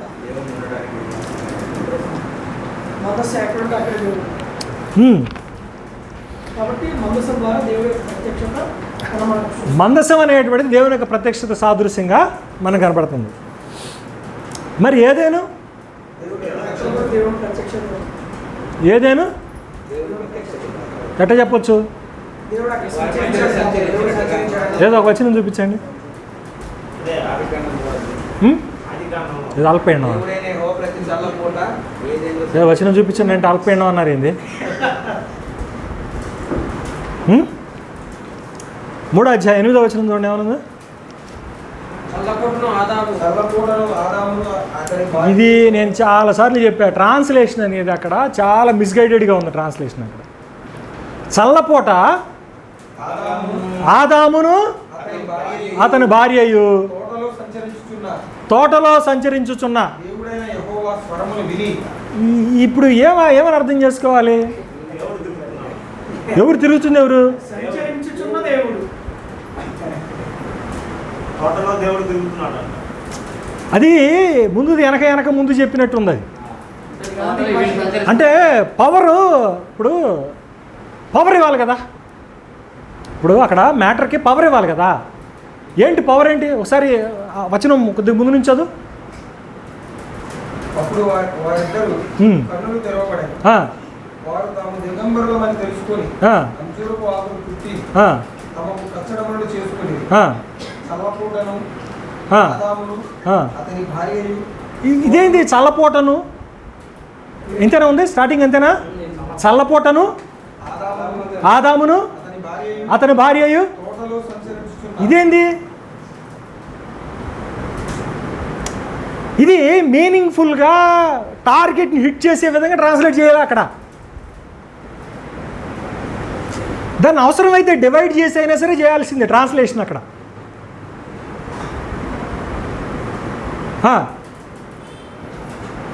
చల్లపోటను ఆదామును అతని భార్యయు. దేవుడైన యెహోవా స్వరమును విని దేవుడైన యెహోవా ఎదుటికి రాకుండా తోట చెట్ల మధ్యను దాగుకొనగా. అది ఇక్కడ వాస్తవానికి ఏంటంటే సంచరిస్తున్నది దేవుడైనటువంటి యెహోవా. అక్కడ ఇక్కడ విషయం ఏంటంటే సంచరిస్తున్నా అనేటువంటి మాట ఏదైతే ఉందో ఇదే మాటను లిఫ్ట్ చేసి ఆయన గుడారములో సంచరించేటువంటి సంగతికి సేమ్ మాటను లిఫ్ట్ చేశాడు. అక్కడ నేను చెప్పింది అర్థమవుతుందా? మీకు ఒక్క మాటలో చెప్తాను చూడండి, క్లుప్తంగా చెప్తాను చూడండి. మీకు ఒక్కొక్కటి వస్తుంది. మళ్ళీ లాస్ట్ పారాగ్రాఫ్లో ఇవన్నీ ఉంటాయి, జాగ్రత్తగా గమనించండి.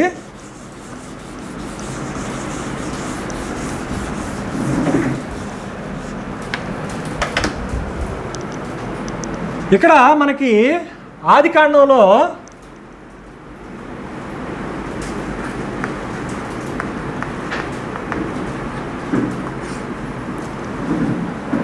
మూలకాలు కొన్ని ఉన్నాయి కదా.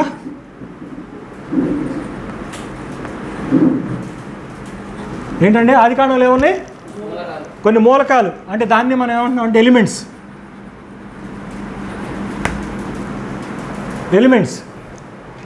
ఇవి మనకి ఎక్కడ కనపడతాయి అంటే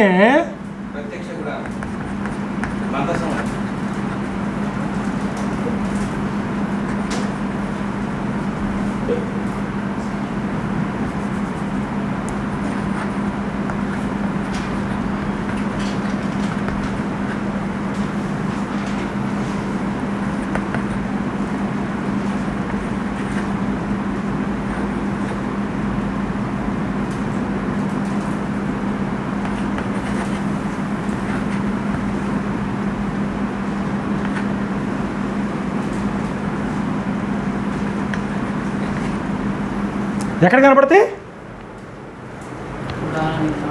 ఈ ఆదికాండంలో ఉన్నటువంటి మూలకాలు అంటే ఎలిమెంట్స్ ఏవైతే ఉన్నాయో నిర్గమాకాండంలో దేవుడు మోషేకి సూచించినటువంటి గుడార నిర్మాణం దగ్గర కనపడతాయి మనకు. అది బ్యూటీ. ఇప్పుడు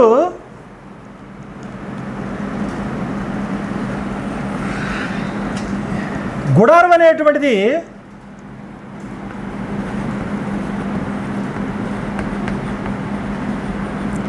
దేవుని మందిరం అయినప్పుడు మరి ఆదికాండం ఏమవుతుంది?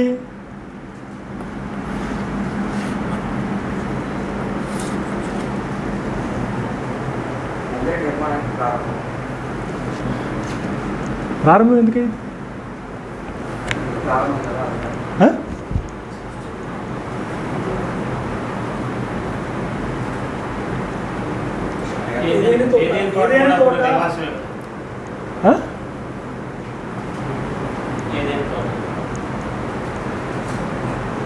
ఇప్పుడు నేనేమంటున్నాను, ఇక్కడ ఉన్నాయే ఎక్కడ ఉన్నాయి అంటున్నాను. ఇక్కడ ఏమైతే ఉన్నాయో అక్కడ ఇక్కడ ఉన్నాయి. ఇప్పుడు ఇక్కడ ఇదేమైంది? మరి ఇక్కడ ఇదేమైంది? ఆదికాండం మొదటి 3 అధ్యాయాలు ఏమైంది అప్పుడు?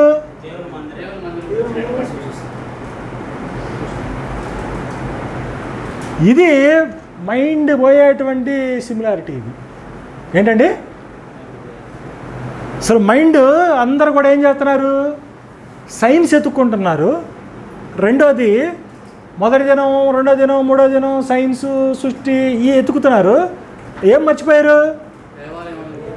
ఇదంతా కూడా దేవుని యొక్క ప్రత్యక్షత గురించి, మానవునికి దేవునికి ఉన్నటువంటి సంబంధం గురించి, ఇది నేను యాజకుడిని, ఆయన నా దేవుడు అనేటువంటి రోల్ మర్చిపోయారు. ఏం మర్చిపోయారు? నేనేంటి ఈ సృష్టిలో? ఏంటి నేను? నా రోల్ ఏంటి? నా పాత్ర ఏంటి ఈ లోకంలో? నేనేంటి? మర్చిపోయారు. అది తెలీదు. పతోడి పాత్ర మాత్రం చేస్తాడు. ఏమని? అబ్బో, ఇదే అసలు నిజంగా కొంతమంది చేసేటప్పుడు భలే ఇదిగా ఉంటుంది. నిజంగా ఆ ఫీలింగ్ కనుక వాళ్ళ మనసులో ఉంటే ఇంకెంత బాగుండిద్ది అనిపించింది. నిజంగా కన్న తండ్రి గురించి కూడా చేయరట. ఎటా నిజంగా ఎదురుగా తండ్రిని పెట్టుకుని కూడా, సొంత తండ్రిని పెట్టుకుని కూడా ఎవరు చేయరట. ఆ టైపులో ఫాదర్హుడ్ని అంటే పరలోకపు తండ్రిని మనకి కనెక్ట్ చేసేటువంటి పని చేస్తారు. కానీ దే ఫర్గెట్ ద రోల్. అసలు దేవుడు మనిషికి పెట్టినటువంటి కమిషన్ ఏదైతే ఉందో, పాత్ర ఏదైతే ఉందో, ఆ రోల్ అది మర్చిపోయారు. అసలు టోటల్గా దాన్ని నెగ్లెక్ట్ చేసి పడేశారు.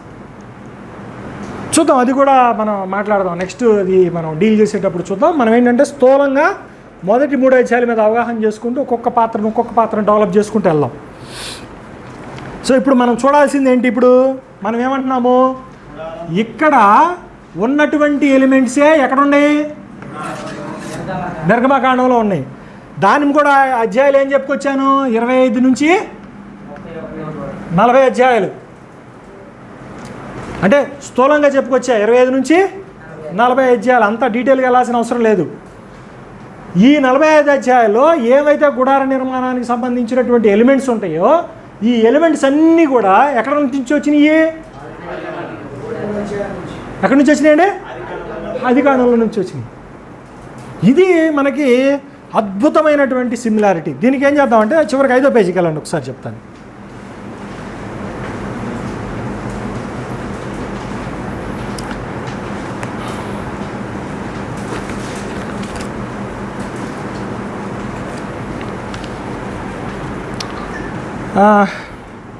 మొదటి పాయింట్ చూడండి.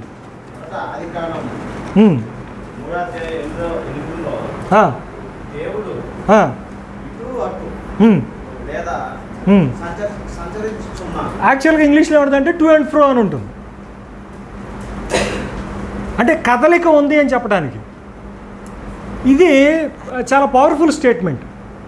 ఎందుకనంటే మీకు విగ్రహాలు ఎలా ఉంటాయి? ఇది కీర్తనాకారుడు రైజ్ చేస్తాడు మనకి 115 చూడండి ఒకసారి.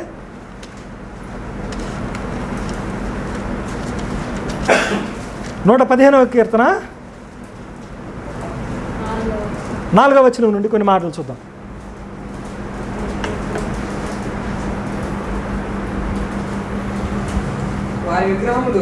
వారి విగ్రహములు వెండి అంటే ఎంత ప్రశస్తమైనవో చూడండి. అవి మనుష్యుల చేతి పనులు. వాటికి నోరుండి చూడండి, ఇక్కడ జాగ్రత్త గమనించండి. నోరుంది పలకు, కనులుండి చూడు, చెవులుండి వినవు, ముక్కుంది వాసన చూడు, చేతులుండి ముట్టుకోను, పాదం నుండి నడవు. మరి ఇజ్రాయేల్ దేవుడి పరిస్థితి ఏంటి? ఇజ్రాయేల్ దేవుడి పరిస్థితి ఏంటి? ఆయనకేముంది? ఆయనకు రూపం ఉందా?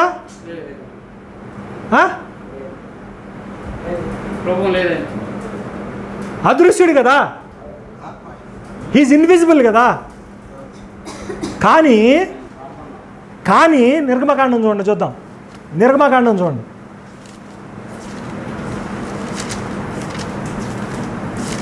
నిర్గమకాండము 3వ అధ్యాయం చూడండి ఒకసారి. మొదటి వచనం, 7వ వచనం, 16వ వచనం.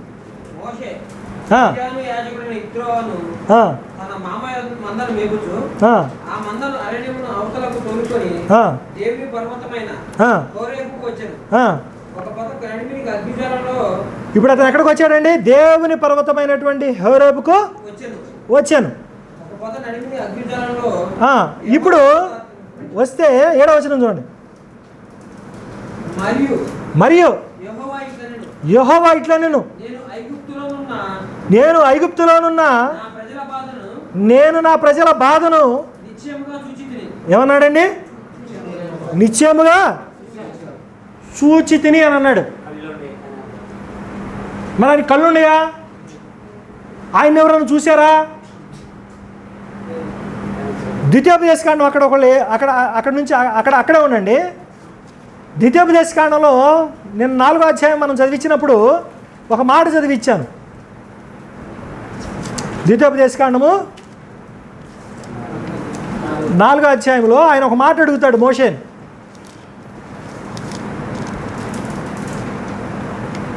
ఆయన చూసి ఎవడన్నా బతికాడా అని అడుగుతాడు. చూడండి,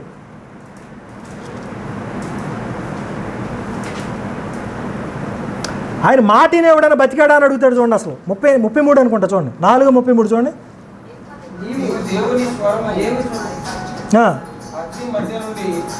దేవుని స్వరము అగ్ని మధ్య నుండి మాట్లాడుట వినినట్లు ఏ జనమైనను విని ఏమన్నానండి? అరే కేవలం ఆయన యొక్క స్వరము వినే కాసేపు ఆ ఫోన్ లాభండి అబ్బా. ఏమంటాడు? కేవలము ఆయన యొక్క స్వరం విని ఎవడన్నా బ్రతికినట్టు ఉన్నాడా అని అడుగుతున్నాడు. అక్కడ ఆయన చూసేదాకా పోయాం. ఆయన్ని చూసేదాకా పోయాం మనం. ఆయన్ని నిర్గమాకాండం 19వ అధ్యాయం కూడా మనం చూస్తే ఆయన థియోఫనీస్లో ఎక్కడా కూడా ఆయన చూసినటువంటి దాఖలా ఉండదు. ఆయనకి ఏ రూపం లేదు. మరి అట్లాంటి ఆయన ఎట్లా రెస్పాండ్ అవుతున్నాడు? Quite contrary to the idols, అంటే విగ్రహాలకు పూర్తి భిన్నంగా ఆయన స్పందిస్తున్నాడు. ఆయన విగ్రహాలకి ఏమున్నాయి? కళ్ళుండే, ముక్కుండే, చెవులుండే, అన్నీ ఉండే, కాళ్ళుండే, చేతులుండే, కానీ ఏవి పనిచేయవు. కానీ ఈ మాత్రం కనపడవు, కానీ అన్నీ పనిచేస్తాయి. ఎట్లా రాశాడు చూడండి, వండర్ఫుల్గా రాస్తాడు చూడండి. ఒకసారి మళ్ళీ నిర్గమాకాండానికి రండి. 7వ వచనంలో అన్నాడు, వాళ్ళ బాధలను నిశ్చయముగా చూచి తిని అని అన్నాడు కదా. తర్వాత 8వ వచనంలో చివరి భాగం చూడండి ఏమంటున్నాడో చూడండి. 8వ వచనం చివరి భాగం 3:8 చివరి భాగం. పాలు తేనెలు ప్రవహించు దేశమునకు వారిని నడిపించుటకు దిగి వచ్చి ఉన్నాను అంటున్నాడు. ఎట్లా వచ్చాడంట? చూశాడంట, దిగి అంటే నడుచుకుంటూ వచ్చాడంట. మళ్ళీ తర్వాత 14వ వచనం చూడండి. 14వ వచనం.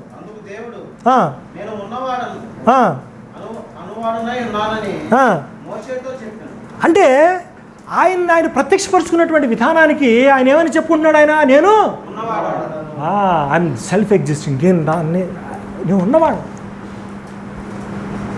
These are the attributes of the living god. వాళ్ళకు ఉన్నటువంటి విగ్రహారాధికులకు ఉన్నటువంటి విగ్రహారాధన చేసేటువంటి వాళ్ళకి లేదా విగ్రహాలకి పూర్తిగా భిన్నమైనటువంటి వాడు, జీవం కలిగినటువంటి వాడు, సజీవుడైనటువంటి దేవుని యొక్క లక్షణాలు ఇవన్నీ కూడా.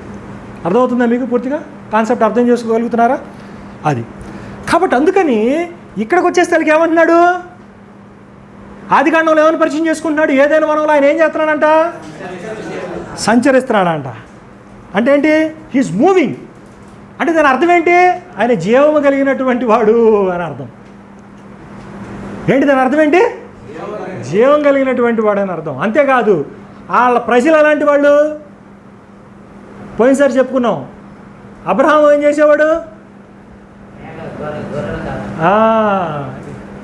వాళ్ళని ఏమన్నా ఒక పేరుతో పిలుచుకున్నాం. ఏమంటాం వాళ్ళని? సంచారులు. మాట అంటాం ఇంగ్లీష్లో, నోమాడ్స్. సంచారం చేసేటువంటి వాళ్ళు. స్థిర నివాసం ఉండదు వాళ్ళకి. ఏం చేస్తూ ఉంటారు? తిరుగుతూ ఉంటారు. మరి వాళ్ళతో పాటు ఏం చేయాలి? వాళ్ళ దేవుడు కూడా అటు ఇటు తిరుగుతూ ఉండాలి. మరి అట్లాంటి దేవుడు కావాలి. కానీ అర్థమవుతుందా మీకు? వీళ్ళ దేవుడు ఎలాంటి వాడు? ఇజ్రాయేల్ దేవుడు అనేటువంటిది. సో వాళ్ళకి అనుగుణంగా వాళ్ళ కాన్సెప్ట్లో మమేకమైనటువంటి దేవుణ్ణి ఇక్కడ మనం చూడగలుగుతున్నాం. అర్థమవుతుందా మీకు? ఇది బాగా మనసు పెట్టి చూస్తే వాళ్ళ దేవుడు వాళ్ళతో పాటు ఎండకి ఎండాడు, వానకి తడిచాడు. That is the beauty of Jehovah. తర్వాత చూడండి 3:8 ఏం చూస్తున్నామంటే ఆయన తోటలో సంచరించుస్తున్నట్టుగా మనం చూస్తున్నాం కదా. తర్వాత చూద్దాం చూడండి ఏమంటున్నాడు చూడండి. ఇదే పదం ఏది? 3:8 వచనంలో ఉన్నటువంటి పదం ఎక్కడ కనపడుతుంది మనకి? లేవీకాండము 26వ అధ్యాయం 12వ వచనంలోను, ద్వితీయోపదేశకాండం 23:14లోను, 2వ సమూయేలు గ్రంథం 7వ అధ్యాయం 6-7 వచనాల్లో గుడారం దగ్గర ఈ మాట కనపడుతుంది. ఎస్పెషల్గా గుడారంలో ఆయన ప్రత్యక్షతను ఉద్దేశించేటప్పుడు ఈ పదం మనకు కనపడతా ఉంటుంది. అక్కడ దేవుని యొక్క మహిమ సూచించేటప్పుడు ఈ పదం కనపడుతుంది. అర్థమవుతుందా మనకి? ఆయన గుడారము దేవుడు తన ప్రజల మధ్యలో తిరిగేందుకు సూచించబడింది. ఎందుకంటే అది ఒక ప్రదేశం నుండి మరో ప్రదేశానికి తీసుకెళ్ళటానికి. ఎప్పుడైతే దావీదు వచ్చాడు, దావీదు వచ్చిన తర్వాత సుస్థిరత ఏర్పడింది రాజ్యం, అప్పుడు కాస్త గుడారం కాస్త ఏమైంది, దేవాలయం స్థిరత్వంలోకి వెళ్ళిపోయింది. ఇక తర్వాత అటు ఇటు తిరుగుడు లేదు. ఇక గుడారం కాస్త ఏమైంది, టెంపుల్ ఫిక్సేషన్లోకి వెళ్ళిపోయింది. ఒకసారి చూద్దాం, చూడండి లేవికాండం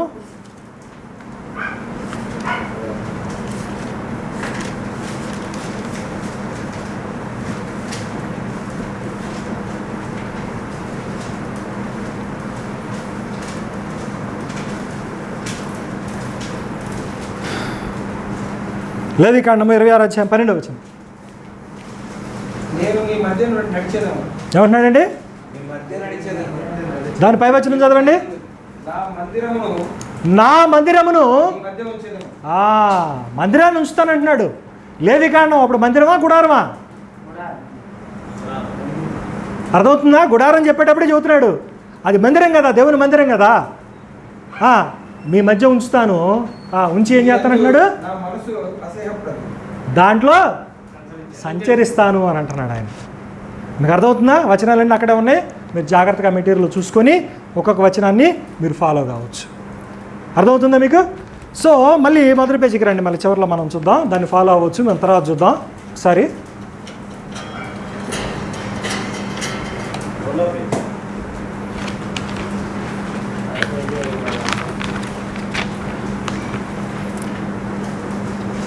మళ్ళీ చార్ట్ దగ్గరికి వద్దాం, మనం క్లుప్తంగా మనం డీల్ చేసేద్దాం. చూడండి, మనకు సమయం సరిపోదు. ఇక్కడ మనం క్లుప్తంగా కొన్ని విషయాలను చూద్దాం. చూడండి, మందసం అనేటువంటిది దేవుని ప్రత్యక్షతను సూచిస్తూ ఉంటే, ఏదేను వనం అనేటువంటిది దేవుని యొక్క ప్రత్యక్షతని సూచిస్తూ ఉంది. పవిత్రమైనదిగాను ప్రతీకాత్మకమైనటువంటిదిగా సముఖపు రొట్టె మనకు కనబడతా ఉంది గుడారంలో. వాస్తవమైనటువంటిదిగా సమృద్ధమైనటువంటి ఆహారం కలిగిందిగా ఏదేను మనం కనపడతా ఉంది మనకి. తర్వాత నిర్గమాకాండంలో మనకి గుడారం దగ్గర దీపస్తంభాన్ని మనం చూస్తున్నాము. దీపస్తంభం అనేటువంటి దాని యొక్క ఆకారం ఎట్లా ఉంది? ఈ చెట్లు నిజమైనటువంటి చెట్లు మనం ఎక్కడ చూస్తున్నాము? ఏదైనా తోటలో చూస్తున్నాము. మధ్య చెట్టాలు తెలుగు నుంచి వృక్షఫలం కావచ్చు, జీవవృక్షం కావచ్చు, ఇవన్నీ కూడా చెట్లు ఆదికాండంలో నిజమైనటువంటివిగా మనం చూసినటువంటి దాఖలా ఉంది. తర్వాత అలంకారయుక్తమైనటువంటి యాజక దుస్తుల్ని మనం చూస్తూ ఉన్నాం. అంటే అలంకారయుక్తమైనటువంటి అంటే ఫిగరేటివ్ అని కాదు, మంచి డెకరేటివ్ ప్రశస్తమైనటువంటి అని పెట్టాలి. అలంకారం అని పెట్టాను కానీ అక్కడ ప్రశస్తమైన అని పెట్టుకోండి. అక్కడ ప్రశస్తమైనటువంటి యాజక దుస్తుల్ని మనం చూస్తూ ఉంటాం అక్కడ సేవ చేసేటప్పుడు కదా. మనం ఆదాము దగ్గర కూడా మనం చూస్తాం. ఆదాముకు కూడా ఏమున్నాయి దుస్తులు? అంజూరపు కచరాలు, చర్మపు చొక్కాయి అనేటువంటి దుస్తులు కూడా మనము అతనికి చూస్తాం. అతని యొక్క పాత్ర, ఇక్కడ యాజకుడి యొక్క పాత్ర కూడా ఒకటే. దీన్ని మనం 5వ పేజీలో రాసాం చూడండి. అక్కడ 3వ పాయింట్ చూడండి. 5వ పేజీలో 3వ పాయింట్. అది భూమిని నింపే వరకు ఆదాము ఏ దేవుని సరిహద్దులను కాయుడే కాకుండా దాని హద్దులను విస్తరించడం ఉద్దేశం. ఇది మీకు అర్థం కావాలంటే డైరెక్ట్గా మీరు ఆ పాయింట్ మీరు గుర్తుపెట్టుకోండి. నేను డైరెక్ట్గా వచనం చూపిస్తాను చూడండి. ఆదికాండానికి వెళ్ళని చెప్తాను. ఆదికాండము 2వ అధ్యాయము 15వ వచనం చూడండి.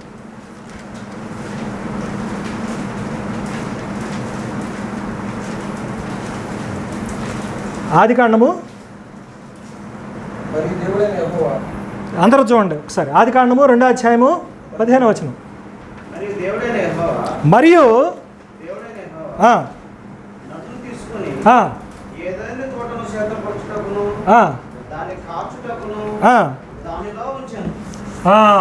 ఏం చేశాడండి? సేదపరచుటకు కాచుటకు. ఈ మాటలు గుర్తుపెట్టుకోండి.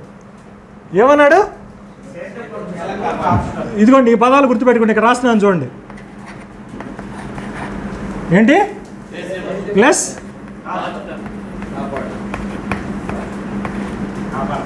దీన్ని హీబ్రూలో ఏమన్నా అంటే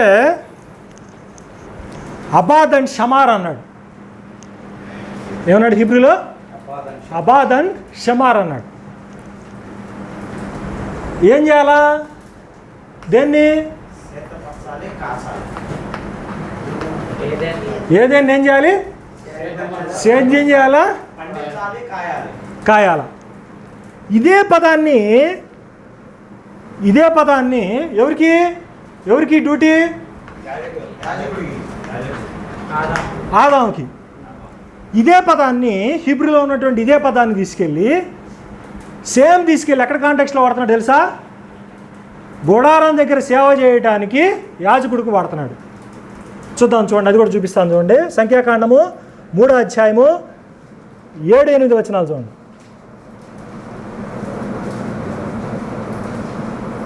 సంఖ్యాకాండము 3వ అధ్యాయము 7వ వచనం తీయాలి, అందరూ తీయాలి.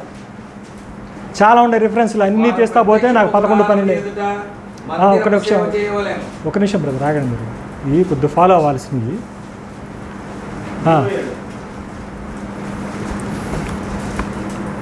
సంఖ్యాకాండం 3వ అధ్యాయము 7-8 వచనాలు.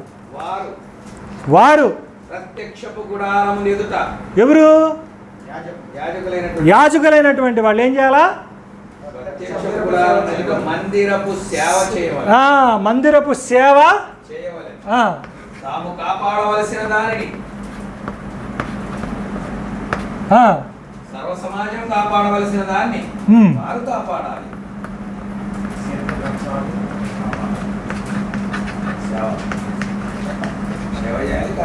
ఇదిగోండి, ఇప్పుడు చూడండి, బోర్డు చూడండి.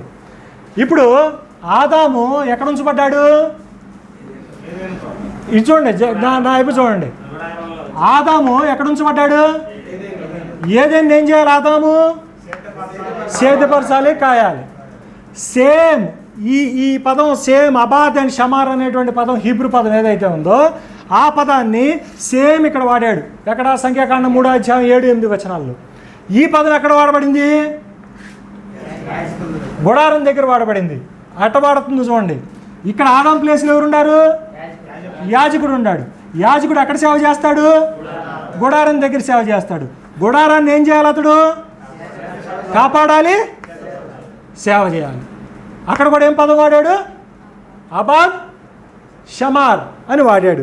ఇప్పుడు ఆదాం ఏమై ఉంటాడు? ఇప్పుడు ఏదైనా ఏమై ఉంటుంది?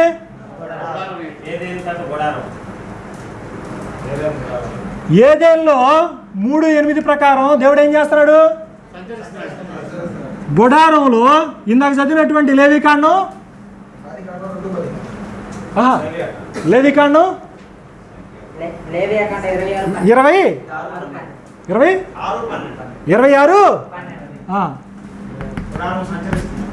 ఏం చేస్తున్నాడు ఆయన? 2 సరిపోయింది. 2 ఇప్పుడు ఎందుకు నువ్వేంది? ఆదామేనా లేదా కోతి నుంచి వచ్చారా? ఆదాంతో లింక్ ఉందా? మీకు కోతితో లింక్ ఉందా? కోతితో లింక్ ఉంటే ఏం పర్లేదు, మీకు ఆదాంతో లింక్ ఉంటే కనుక మీరు చెక్ చేసుకోవాలి. ఇప్పుడు మీరేంటి? ఇప్పుడేంటి మీరేంటి? పోలిక స్వరూపం. ఎవరిది? దేవునిది. మీరేంటి? దేవుని యొక్క పోలిక స్వరూపం. ఇప్పుడు మీరేంటి? ఆయన యొక్క గుడారంలో మీరేం చేయాలా? యాజకులుగా సేవ చేయాల్సినటువంటి వాళ్ళే ఉన్నారు. మీరు ఏం చేయాలా? ఈ లోకంలో దేవుని యొక్క ప్రత్యక్షతని మీరు కాపాడాలా, దేవుని యొక్క ప్రత్యక్షతని ఆస్వాదించాలా. ఎవడన్నా పని చేసేవాడు ఉన్నాడు? ఆదికాండం మొదటి 3 అధ్యాయాలు అర్థం కాదు, అది తోడు సువార్త చెబుతాం సంకల బైబిల్ పెట్టి తిరిగేవాడు. ఆదికాండం మాత్రం అసలు ఎసెన్స్ బిగినింగ్ స్టోరీ మాత్రం అస్సలు తెలీదు. మనిషి ఏం కోల్పోయాడనేది తెలీదు. పాపం గురించి చదువుతాం, పాపం అంటే ఏంటో తెలీదు. మనం పాపం గురించి చదువుతాం, పాపం అంటాం, పాపం అంటే ఏంటో తెలియదు మనకి. కానీ మీనింగ్ చదివితే ఆజ్ఞాతిక్రమమే పాపము, విశ్వాసమూలము కానిది పాపము అని చెబుతాం. అసలు అరే బిబ్లికల్ డెఫినేషన్ ఏంటి, బైబిల్ ఎలా చెప్తుంది, అసలు ఆ ఎసెన్స్ పోయింది మనకి. ఇప్పుడేంటి మనమేంటి ఆదికాండం 1:26 ఏం చదువుతుంది? ఆదాం ఒక్కడైనా మనం కూడానా? కోతి నుండి వస్తే నాకేం ప్రాబ్లం లేదబ్బా. మీరు డార్విన్కి లాగా మనం కోతి నుంచి వచ్చామనే మూలాలు మీరు ఎత్తుక్కున్నారనుకోండి, దీంతో లింక్ లేదు మీకు, నాకు ఇబ్బంది లేదు, మీకు దీనికి అప్లికేషన్ లేదు. లేదంటే మేము బైబిల్ ప్రకారం మనంతా కూడా ఈ లింకులో ఉన్నామన్నారు అనుకోండి, మనంతా కూడా ఆదాము సంతానం నుంచి వచ్చాము, బైబిల్ లింకులో ఉన్నాం అనుకోండి, ఇప్పుడు ఏం వెతుక్కోవాలి మనం? ఏమని తెలుసుకోవాలా? ఆదాము దేవుని పోలిక స్వరూపం ఎలాగై ఉన్నాడో మీరు కూడా ఏంటి దేవుని పోలిక. దీన్ని మిస్ అవ్వటమే పాపం. ఆ గురి మీలో లేకపోవటమే పాపం. లేకపోతే యు మిస్ ది మార్క్. అర్థమవుతుందా? పాపం అని అంటే గ్రీకులు ఏమన్నారంటే హెమర్టానో అన్నారు. హెమర్టానో అంటే దాని అర్థం ఏంటంటే టు మిస్ ది మార్క్, గురి తప్పాడు అని అర్థం. మనిషి ఒక గురి ఏంటి? వాడు దేవుణ్ణి ప్రతిబింబించేయాలా. వాడు ఏం చేయాలా? దేవుణ్ణి ప్రతిబింబించాలా లోకంలో ఆయన ఏదైనా వనాన్ని పెట్టి ఏం చేయమన్నాడు? దాన్ని ప్రతిబింబించేయాలా. నీకు ఇందాక ఒక పదం చెప్పాను, పదం లాస్ట్లో మాట్లాడుకుందాం మనం అన్నాను. ఏం పదం అది ఒకసారి చెప్పు సల్మాన్. అది హోమోలిటిజికస్.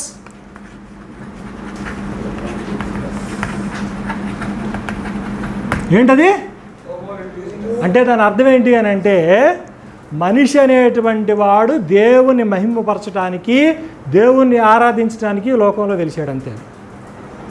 మనిషి లోకంలో రావడానికి ఉన్నటువంటి పర్పస్ ఏంటి? దేవుణ్ణి ఆరాధించడానికి లోకంలోనికి వచ్చాడు. దేవుడు ఎందుకు పుట్టించాడు? అది నీ పర్పస్ ఏంటి? యాజకుడు చేసే పని ఏంటి? గుడారంలో ఏం చేస్తాడు? సేవ చేయటం అంటే ఆరాధన చేయటమేగా. నీ పర్పస్ ఏంటి? నీ లింక్ ఏంటి? దీన్ని టెక్నికల్గా ఏమంటారంటే థియోలోజియన్స్ ఏమంటారంటే హోమో లిటర్జికస్ అంటారు. ఈరోజు 4 టెక్నికల్ పదాలు విన్నాం మనం. 4 టెక్నికల్ పదాలు. ఇవన్నీ వినాలంటే పెద్ద పెద్ద బైబిల్ కాలేజీలు వినాలి మీరు. ఈ పదాలు చదువుతుంటే నేను తిట్టుకునే వాళ్ళు ఉండరు. ఏది మీరు 2-3 లక్షలు పోసి 4 ఏళ్ళు చదివితే రాని పదాలు ఏంది ఈ ఉత్తి ఫ్రీగా చదువుతున్నాం మనం. ఏంటి దాని యొక్క ఉద్దేశం ఏంటి? హోమో లిటర్జికస్ అంటే ఏంటి? నువ్వు నీ ఉద్దేశం ఏంటి? నీ పర్పస్ ఏంటి లోకంలో? అది దీంట్లో తప్పే ఉందా? ఎట్లా చెప్పాము? థీరీ ప్రకారం ఎట్లా వచ్చింది థీరీ? సో ఏదైనా ఏంటి? దేవుని యొక్క మందిరము. అర్థమవుతుందా? ఏదైనా ఏంటి? దేవుని యొక్క మందిరం. గుడారం ఏంటి? దేవుని యొక్క మందిరం. దేవాలయం ఏంటి? దేవుని యొక్క సంఘం ఏంటి? నీ దేవాలయం, నీ దేహం ఏంటి? దేవుని యొక్క మందిరమే. అది కూడా అంటే చూడండి, కాన్సెప్ట్ అనేటువంటిది డెవలప్ అవుతూ ఏ స్థితికి వచ్చిందో చూడండి. ఎక్కడి నుంచి వచ్చింది? First cosmic temple. దేవుడు విశ్వం పట్టజాలిద్దండి, విశ్వం పట్టిద్ది ఆయన్ని. ఫస్ట్ ఏంటి? Cosmic temple. But he is not happy with that. దాంతో సంతృప్తి పడలా దేవుడు. అక్కడి నుంచి కొద్దిగా దగ్గరికి రావడం కోసం, మనుషులతో బంధం ఏర్పాటు చేసుకోవడం కోసం ఏదైనా దగ్గరికి వచ్చాడు.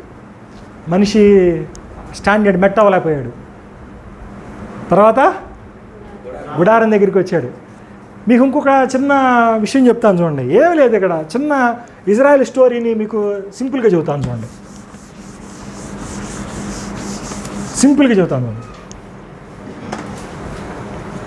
ఆదికాండం మొదటి 3 అధ్యాయాలండి. ఏం లేదు. ఏంటది? ఏం తీసుకున్నాం మనం? ఏముండదు చూడండి. ఏముండే?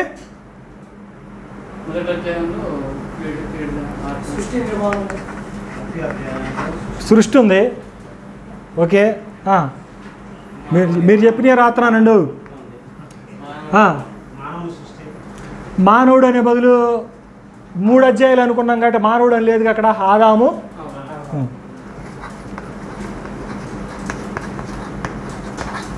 ఆదాము అవ్వ.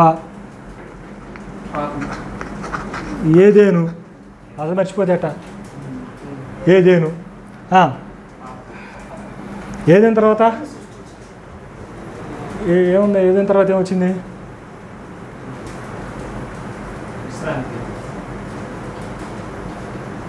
విశ్రాంతి దినం కాదు.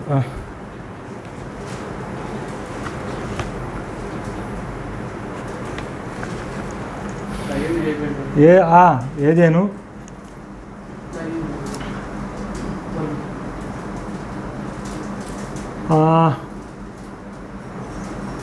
దీన్ని ఇప్పుడు అసలు చెప్పలే మీరు. మంచి చెడ్డలు తెలియని వృక్ష ఫలము, ఇది తిను అది తినొద్దు, దాన్ని మొత్తాన్ని ఒక మాటలు ఏం చెప్పచ్చు? ఆజ్ఞ అంటే మళ్ళీ మీరు అన్నీ మర్చిపోతారని అక్కడి నుంచి బిగిన ఎడకాపా. ఏంటది? ఆజ్ఞ. ఏమన్నాడు? మీరు ఇది తినొచ్చు, ఇది తినకూడదు. మంచి చెడ్డలు తెలియని వృక్షఫలం అన్నాడు, తర్వాత జీవవృక్ష ఫలము అని అన్నాడు. అయితే ఏంటి? ఇది తినాలి, ఇది తినకూడదు అనేటువంటిది ఉంది. ఏమైంది అది? ఆజ్ఞ. తర్వాత ఏమొచ్చింది?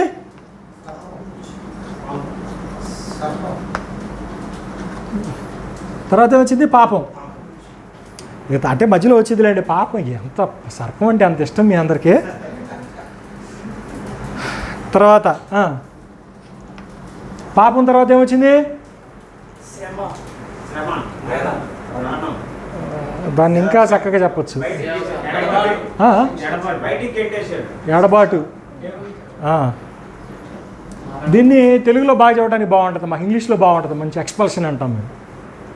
అంటే గెంటేయటం, గెంటి వేయబట్టం వేరే బాగా చెప్పాడు. తర్వాత మీరేమన్నారు కదా ఇంకో పదం? ఎడబాటు. ఎడబాటు అంటే ఇదేంటంటే రొమాంటిసైజ్గా చెప్పాడు, పరమగీతాల లెక్కలో చెప్పాడు, రొమాంటిసైజ్గా చెప్పినట్టు. కానీ అప్రోప్రియేటే, ఏ పదమైనా అప్రోప్రియేటే. కానీ మనం ఏం దృష్టిలో పెట్టుకుంటున్నాం ఇక్కడ? అంతే మాట్లాడుతున్నాం అక్కడ. ఏం పెట్టుకుందాం ఇక్కడ? గెంటి వేయటం కదా.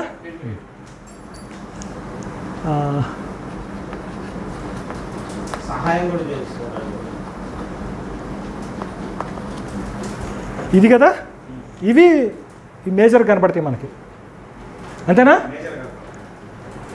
ఇప్పుడు చూద్దాం.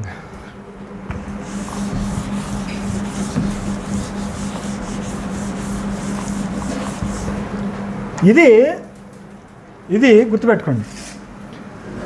ఇది 3 అధ్యాయాల్లో ఎట్లా ఉంటుందంటే ఫ్యామిలీ స్టోరీ లాగా ఉంటుంది. ఎట్లా ఉంటుంది?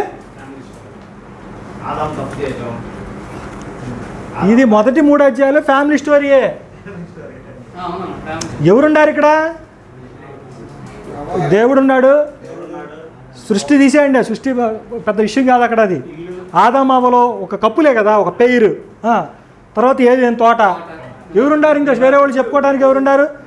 ఆజ్ఞ ఉంది, పాపం ఉంది, గెంటి వేయబడతా ఉంది. ఇది ఎట్లా ఉంది? ఒక ఫ్యామిలీ స్టోరీ. దేవుడికి ఆదామవ్వలకి మధ్యలో జరిగినటువంటి స్టోరీ. అంతే కదా, అంతే కదా. ఇది ఫ్యామిలీ స్టోరీ.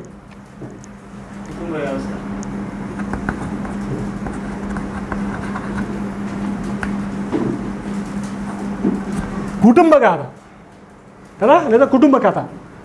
ఈ కుటుంబ కథ జాగ్రత్త చూడండి. ఈ కుటుంబ కథ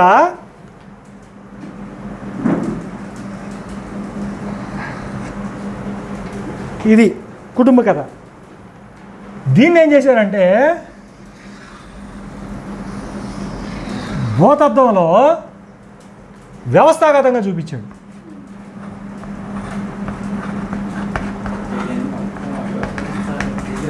ఎట చూపించాడు? వ్యవస్థాగతంగా చూపించాడు. ఏంటది?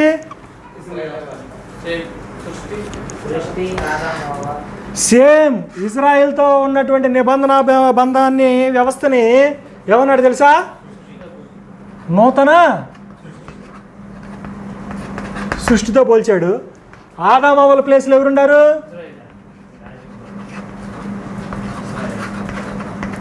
ఇజ్రాయేలీలు ఉన్నారు. ఏదైనా మనం ప్లేస్లో ఏముంది?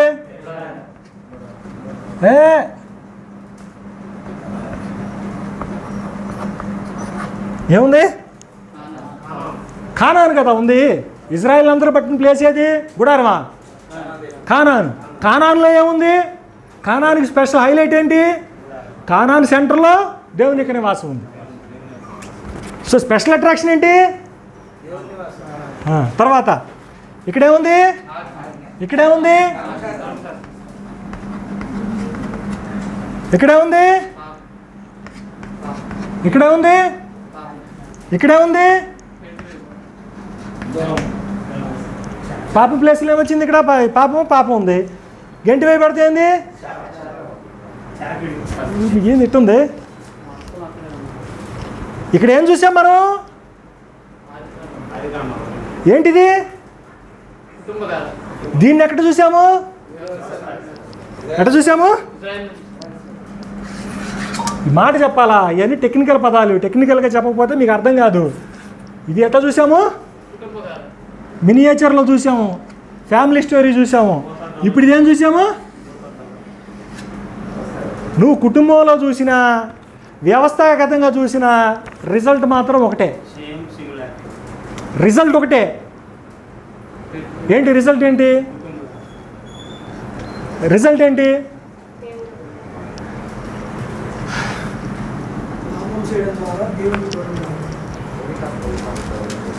రిజల్ట్? ఏంటి? ఏం అర్థం అవుద్ది మరి? రోమిలికి రాసిన పత్రిక 5వ అధ్యాయం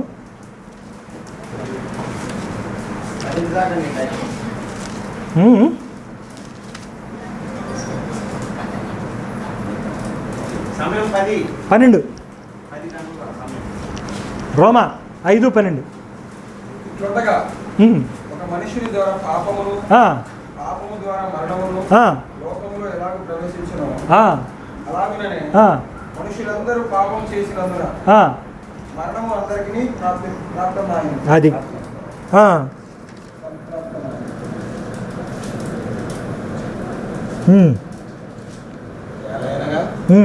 ధర్మశాస్త్రం వచ్చింది కనుక పాపం లోకంలో ఉండేది, కానీ ధర్మశాస్త్రం లేనప్పుడు పాపం ఆరోపించారు. 14వ వచనం కూడా చూడండి. అయినను ఆదాము చేసిన అతిక్రమమును పోని పాపము చెయ్యని వారి మీద కూడా. ఎన్నో వచనం అది? మళ్ళీ చూడండి జాగ్రత్తగా. జాగ్రత్త చూడండి. 14వ వచనం. అయినను ఆదాము చేసిన అతిక్రమము. ఆదాము ఇక్కడ ఏం చేశాడు? పోలి పాపము చేయని వారి మీద కూడా. ఆదాము మొదలుకొని మోషే వరకు మరణమే లేదు. ఇక్కడ ఏంటంటే విషయం ఏంటంటే రచయిత ఎట్లా చూస్తున్నాడు అని అంటే ఇక్కడ నుంచి ఇక్కడ వరకు ఉన్నటువంటి స్టోరీ మొత్తాన్ని కూడా సేమ్ ఒకే సీక్వెన్స్లో చూస్తున్నాడు. ఏమన్నాడు? ఆదాము మొదలుకొని మోషే వరకే అని అన్నప్పుడు ఈ ధర్మశాస్త్రం పీరియడ్ ఇదంతా కూడా. ఇప్పుడు ధర్మశాస్త్రం ఏమైంది? ఇక్కడికి సుమారు రమారమి 1500 సంవత్సరాలు అనుకుంటున్నాం. ఇక్కడ నుంచి క్రియేషన్ దగ్గర నుంచి ఆదాము మొదలుకొని ఈ టైం పీరియడ్ అనుకుంటున్నాం. ధర్మశాస్త్రం అక్కడ నుంచి 1500 సంవత్సరాలు. ఈ పీరియడ్ అంతా కూడా ఒకే మాటతో చెబుతున్నాడు. ఏమంటున్నాడు? మరణం వేలింది అని చెబుతున్నాడు. అంటే ఏంటి? పీరియడ్ అంతా కూడా ఒకే పీరియడ్. ఏం చేయాలి ఇక్కడ? ఆదామవ్వలు ఏమైతే రాంగ్ స్టెప్ వేశారో, వీళ్ళ కుటుంబంలో ఏం జరిగిందో అనుకుంటున్నామో, ఇదే వ్యవస్థాగతంగా ఉన్నటువంటి ఇజ్రాయెల్ కూడా అదే తప్పిదానికి, అదే బాటలు నడవటానికి కారణమైంది. అందుకని వీళ్ళందరినీ కూడా ఒక్క ఫెడరల్ హెడ్ అంటే ఏంటి? ఆదాము అనేటువంటి శిరస్సు కింద ఒక్క చరిత్రగా దాన్ని డివైడ్ చేశాడు. మీకు ఆదాము అని ఇక్కడ వరకు ఆపలా, మోషే అని ఇక్కడ నుంచి మళ్ళీ సపరేట్గా మొదలు పెట్టలా. మరణం అనేటువంటి దాని దగ్గరికి వస్తే ఆదాము మొదలుకొని ఇక్కడ వరకు అని అన్నాడు, మోషే వరకు అని. అంటే ఏంటి? దీన్ని మొత్తాన్ని ఒక్కదాని దగ్గరికి, అంటే క్రీస్తు వచ్చేంత వరకు కూడా ఒక్క హిస్టరీ కిందే గణాంకం చేశాడు. మీరు గమనించారు దాన్ని? మరణం అనేటువంటిది ఇక్కడి నుంచి కూడా ఏమైంది? క్రీస్తు వచ్చేంత వరకు కూడా లెక్కేశాడు. తర్వాత మళ్ళీ క్రీస్తు వచ్చిన తర్వాత సబ్జెక్ట్ మారుతుంది చూడండి. క్రీస్తు వచ్చిన తర్వాత సబ్జెక్ట్ మారుతుంది చూడండి. 2 తిమోతి 1వ అధ్యాయము 10వ వచనం చివరి భాగం చూడండి.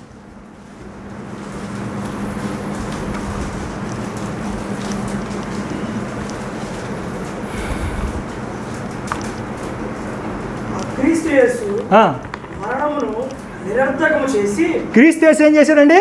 మరణమును ఈ క్రీస్తు వచ్చిన తర్వాతే జరిగింది. ఏది? నులిఫికేషన్ ఆఫ్ డెత్. అంటే మరణాన్ని నిర్వీర్యం చేయడం అనేది ఎప్పుడు జరిగింది? క్రీస్తు వచ్చిన తర్వాతే.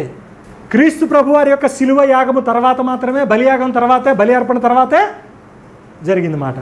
ఆ క్రీస్తు యేసు మరణమును నిరర్థకము చేసి జీవమును అక్షయతను సువార్త వలన వెలుగులోకి తెచ్చను. లైఫ్ అండ్ ఇమ్మోర్టాలిటీ అని అంటాడు.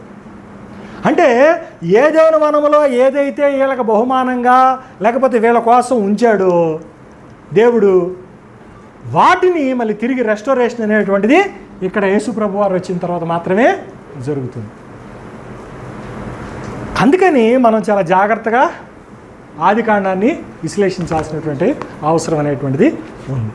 కాబట్టి మనం ప్రధానంగా ఈరోజు మనం తెలుసుకోవాల్సినటువంటి విషయం ఏంటి అని అంటే, ఆది కాండము అనేటువంటి దాన్ని మనం మొదటి 3 అధ్యాయాల్ని మనం దేవుని యొక్క మందిరంగా చూడాల్సినటువంటి అవసరం ఉంది. ఒకటి. రెండోది ఏంటంటే, మనం ఇక్కడ ఈ చార్ట్లో అంటే ఏంటి, రెండో పేజీలో ఉన్నటువంటి చార్ట్లో మనం ఏం చేసామంటే, గుడారానికి మనం సృష్టికి ఉన్నటువంటి సామ్యతను మనం చూసాము. అంటే ఆ సృష్టి క్రమం రాయబడ్డటువంటి దాంట్లో ఉన్నటువంటి సామ్యతను చూసాము. 3వ పేజీలో కన్స్ట్రక్షన్ పరంగా, అంటే పదబంధాల పరంగా, అంటే ఏంటి ఏమంటారంటే లిటర్జికల్గా పదబంధాలు, అంటే వర్డ్ టు వర్డ్, అంటే ఇక్కడ ఏదైతే హీబ్రూలో ఉంటుందో అదే అక్కడ కూడా పదప్రయోగం చేయటం అనేటువంటిది. ఈ 3వ చార్ట్ కూడా చూడండి, ఒకసారి చెప్తాను నేను. 3వ చార్ట్ కూడా చూడండి. 3వ చార్ట్ కనుక చూస్తే 3వ పేజీలో ఉన్నటువంటి చార్టు, బాక్స్లో ఉన్నటువంటి ఫస్ట్ మాట చదవండి ఒకసారి. కాదు, బాక్స్లో ఫస్ట్ పైన హెడ్డింగ్. దేవుడు ప్రపంచాన్ని సృష్టించడానికి మరియు నిర్గమకాండం 39-38 గుడారాన్ని నిర్మించడానికి మధ్య హీబ్రూ మౌఖిక పద సంబంధాలు ఉన్నట్టుగా పండితులు గుర్తించారు. అర్థమవుతుందా? అంటే ఏంటంటే లిటరలరీగా, అంటే అక్షరార్థంగా ఏంటంటే ఆది కాండం 1వ అధ్యాయంలో కనపడుతున్నటువంటి పదాలే హీబ్రూ పదాలే ఇక్కడ కూడా గుడారం యొక్క వివరణ సంపూర్ణం అవుతున్నప్పుడు, సమాప్తం అవుతున్నప్పుడు, లేదంటే అది ప్రతిష్ఠించబడుతున్నప్పుడు అవే పదాలని వాడటం అనేటువంటి దాన్ని కూడా పండితులు గమనించారు. ఇది చాలామంది పండితులకు ఆశ్చర్యం కలిగించింది. ఏంటి ఈ 7 అనేటువంటి ఫ్లో ఇట్టెళ్తుంది ఏంటి అనేటువంటి విషయాన్ని ఆశ్చర్యపోయారు. అంటే మొదటి 7 దినాల్లో ఉన్నటువంటి మాటల పొందిక కానీ ఇవన్నీ కూడా పరంపర అంతా కూడా ఇట్లా కొనసాగటం అనేటువంటి విషయాన్ని మనం వచ్చే వారం కూడా కొన్ని మాటలు చూద్దాం. మళ్ళీ అందరితో కాదు, ఒకేసారి అన్నీ చూడటం అంటే మనకు సరిపోదు, కొద్దిగా చూద్దాం. ఇవి హీబ్రూ మాటలను కూడా దాంట్లో పొందుపరచడం జరిగింది, ఆ సామ్యతల్ని. అర్థమవుతుందా మీకు? అవి మీరు చూసుకోండి.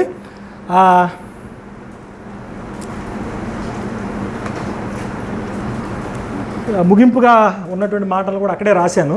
సమయం మించిపోతుంది కనుక కొద్దిగా ఫాస్ట్గా లాగిచ్చేసాను. తర్వాత ఇవన్నీ కూడా మీరు చదువుకోవచ్చు, కొద్దిగా అక్కడ రాసినటువంటివి. అర్థం కాకపోతే మళ్ళీ తర్వాత నన్ను అడగండి, నేను చెప్తాను. కానీ ఓవరాల్గా మీరు గుర్తుపెట్టుకోవాల్సింది ఏంటి అని అంటే, మీకు ఈరోజు ఈ విషయాన్ని కూడా కొద్దిగా బోనస్గానే చెప్పాను నేను. మీరు ఇది గమనించారు? ఇది పట్టుకున్నారా? ఇది ఇక్కడ ఉన్నటువంటి స్టోరీయే మీకు ఇక్కడేమైంది లార్జర్ స్కేల్లో చూస్తారు మీరు. సేమ్ సృష్టి, సేమ్ ఆదాము హవ్వల దగ్గర ఎవరుంటారు? ఇజ్రాయెల్ ఉంటారు. ఏదైనా దగ్గర ఏముంటుంది? కానాన్ దేశం ఉంటుంది. ఆజ్ఞ ప్లేస్లో ఏముంటుంది? ధర్మశాస్త్రం ఉంటుంది. ధర్మశాస్త్రం మీరు ఏం చేస్తారు? వాళ్ళు పాపం చేస్తారు. పాపం చేస్తే ఏమవుతారు? ఇక్కడ ఏదైనా వనరుల నుంచి గంటివేయబడతారు. వాళ్ళు ఏమవుతారు? పాలస్తీనా దేశం నుంచి గంటివేయబడతారు.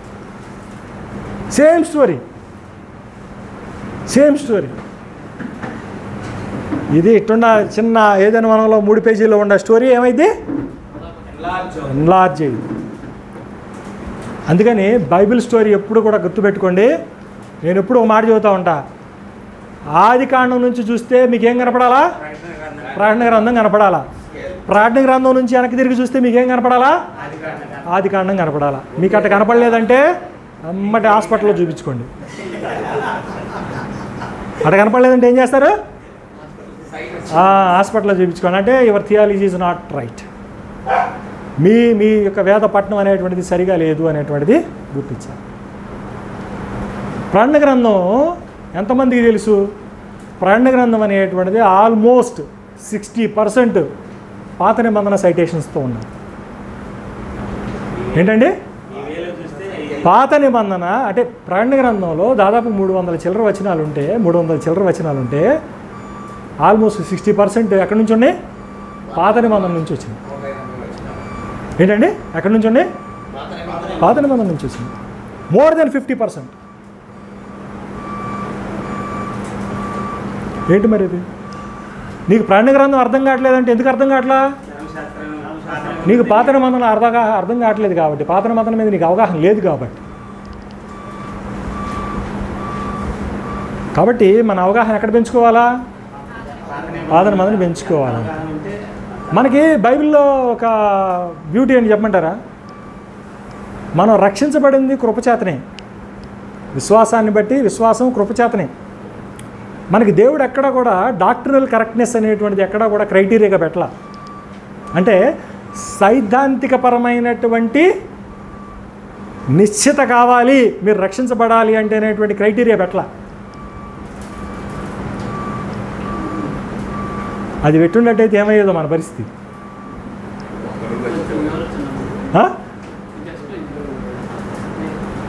ఏదో జహోక రుచి పుర్రికో బుద్ధి అంటారుగా, ఆ టైపులో ఎక్కడన్నా సైద్ధాంతికంగా ఏమన్నా ఒక సామ్యత ఉందా మనలో ఎవరికైనా? సరే, అది ఆ సామ్యత సంగతి తీసేసేయండి. నేను అనేది ఏంటంటే సత్యాన్ని పరిశీలించడానికి మనం ఎక్కడా కూడా వెనుకాడు వేయాల్సినటువంటి అవసరం లేదు, రాజీ పడాల్సినటువంటి అవసరం లేదు. నీ రక్షణ అనేటువంటిది ఇట్ ఈస్ సీల్డ్, అది సురక్షితంగా ఉంది. నువ్వు సత్యాన్ని పరిశీలించడానికి వెనకాడతావేంది, భయపడతావేంది? నేను చెప్పేది అర్థమవుతుందా? ఎంజాయ్ చేయండి, వాక్యాన్ని పరిశీలించడానికి రకరకాల కోణాల్లో ఆలోచించి చూడటానికి, దాన్ని ఆస్వాదించడానికి ధైర్యం చూపించండి. ఎందుకు భయపడతారు? మనం ఎంత బాగా తెలుసుకుంటామో దేవునికి అంత దగ్గర అవుతాం. అర్థమవుతుందా? ఇది గుర్తుపెట్టుకోండి. నాకు అర్థమైంది ఒకటే, బైబిల్ అనేటువంటిది దేవుని యొక్క ప్రత్యక్షతలకు సంబంధించి. మానవుడు దేవుని యొక్క ప్రత్యక్షతను ఏం చేశాడు? కోల్పోయాడు. ఆ కోల్పోయినటువంటి ప్రత్యక్షతను పునరుద్ధరించడం అనేటువంటిదే రక్షణ యొక్క గురి. రక్షణ యొక్క గురి ఏంటి? ఆ కోల్పోయినటువంటి దేవుని యొక్క ప్రత్యక్షతని పునరుద్ధరించాలి, మళ్ళీ తిరిగి restoration. So Bible is all about the presence of God. గుర్తుపెట్టుకోండి, అది గుర్తుపెట్టుకోండి. ఓకేనా? అది ఓకే. ఇంకొక కట్ చేయి.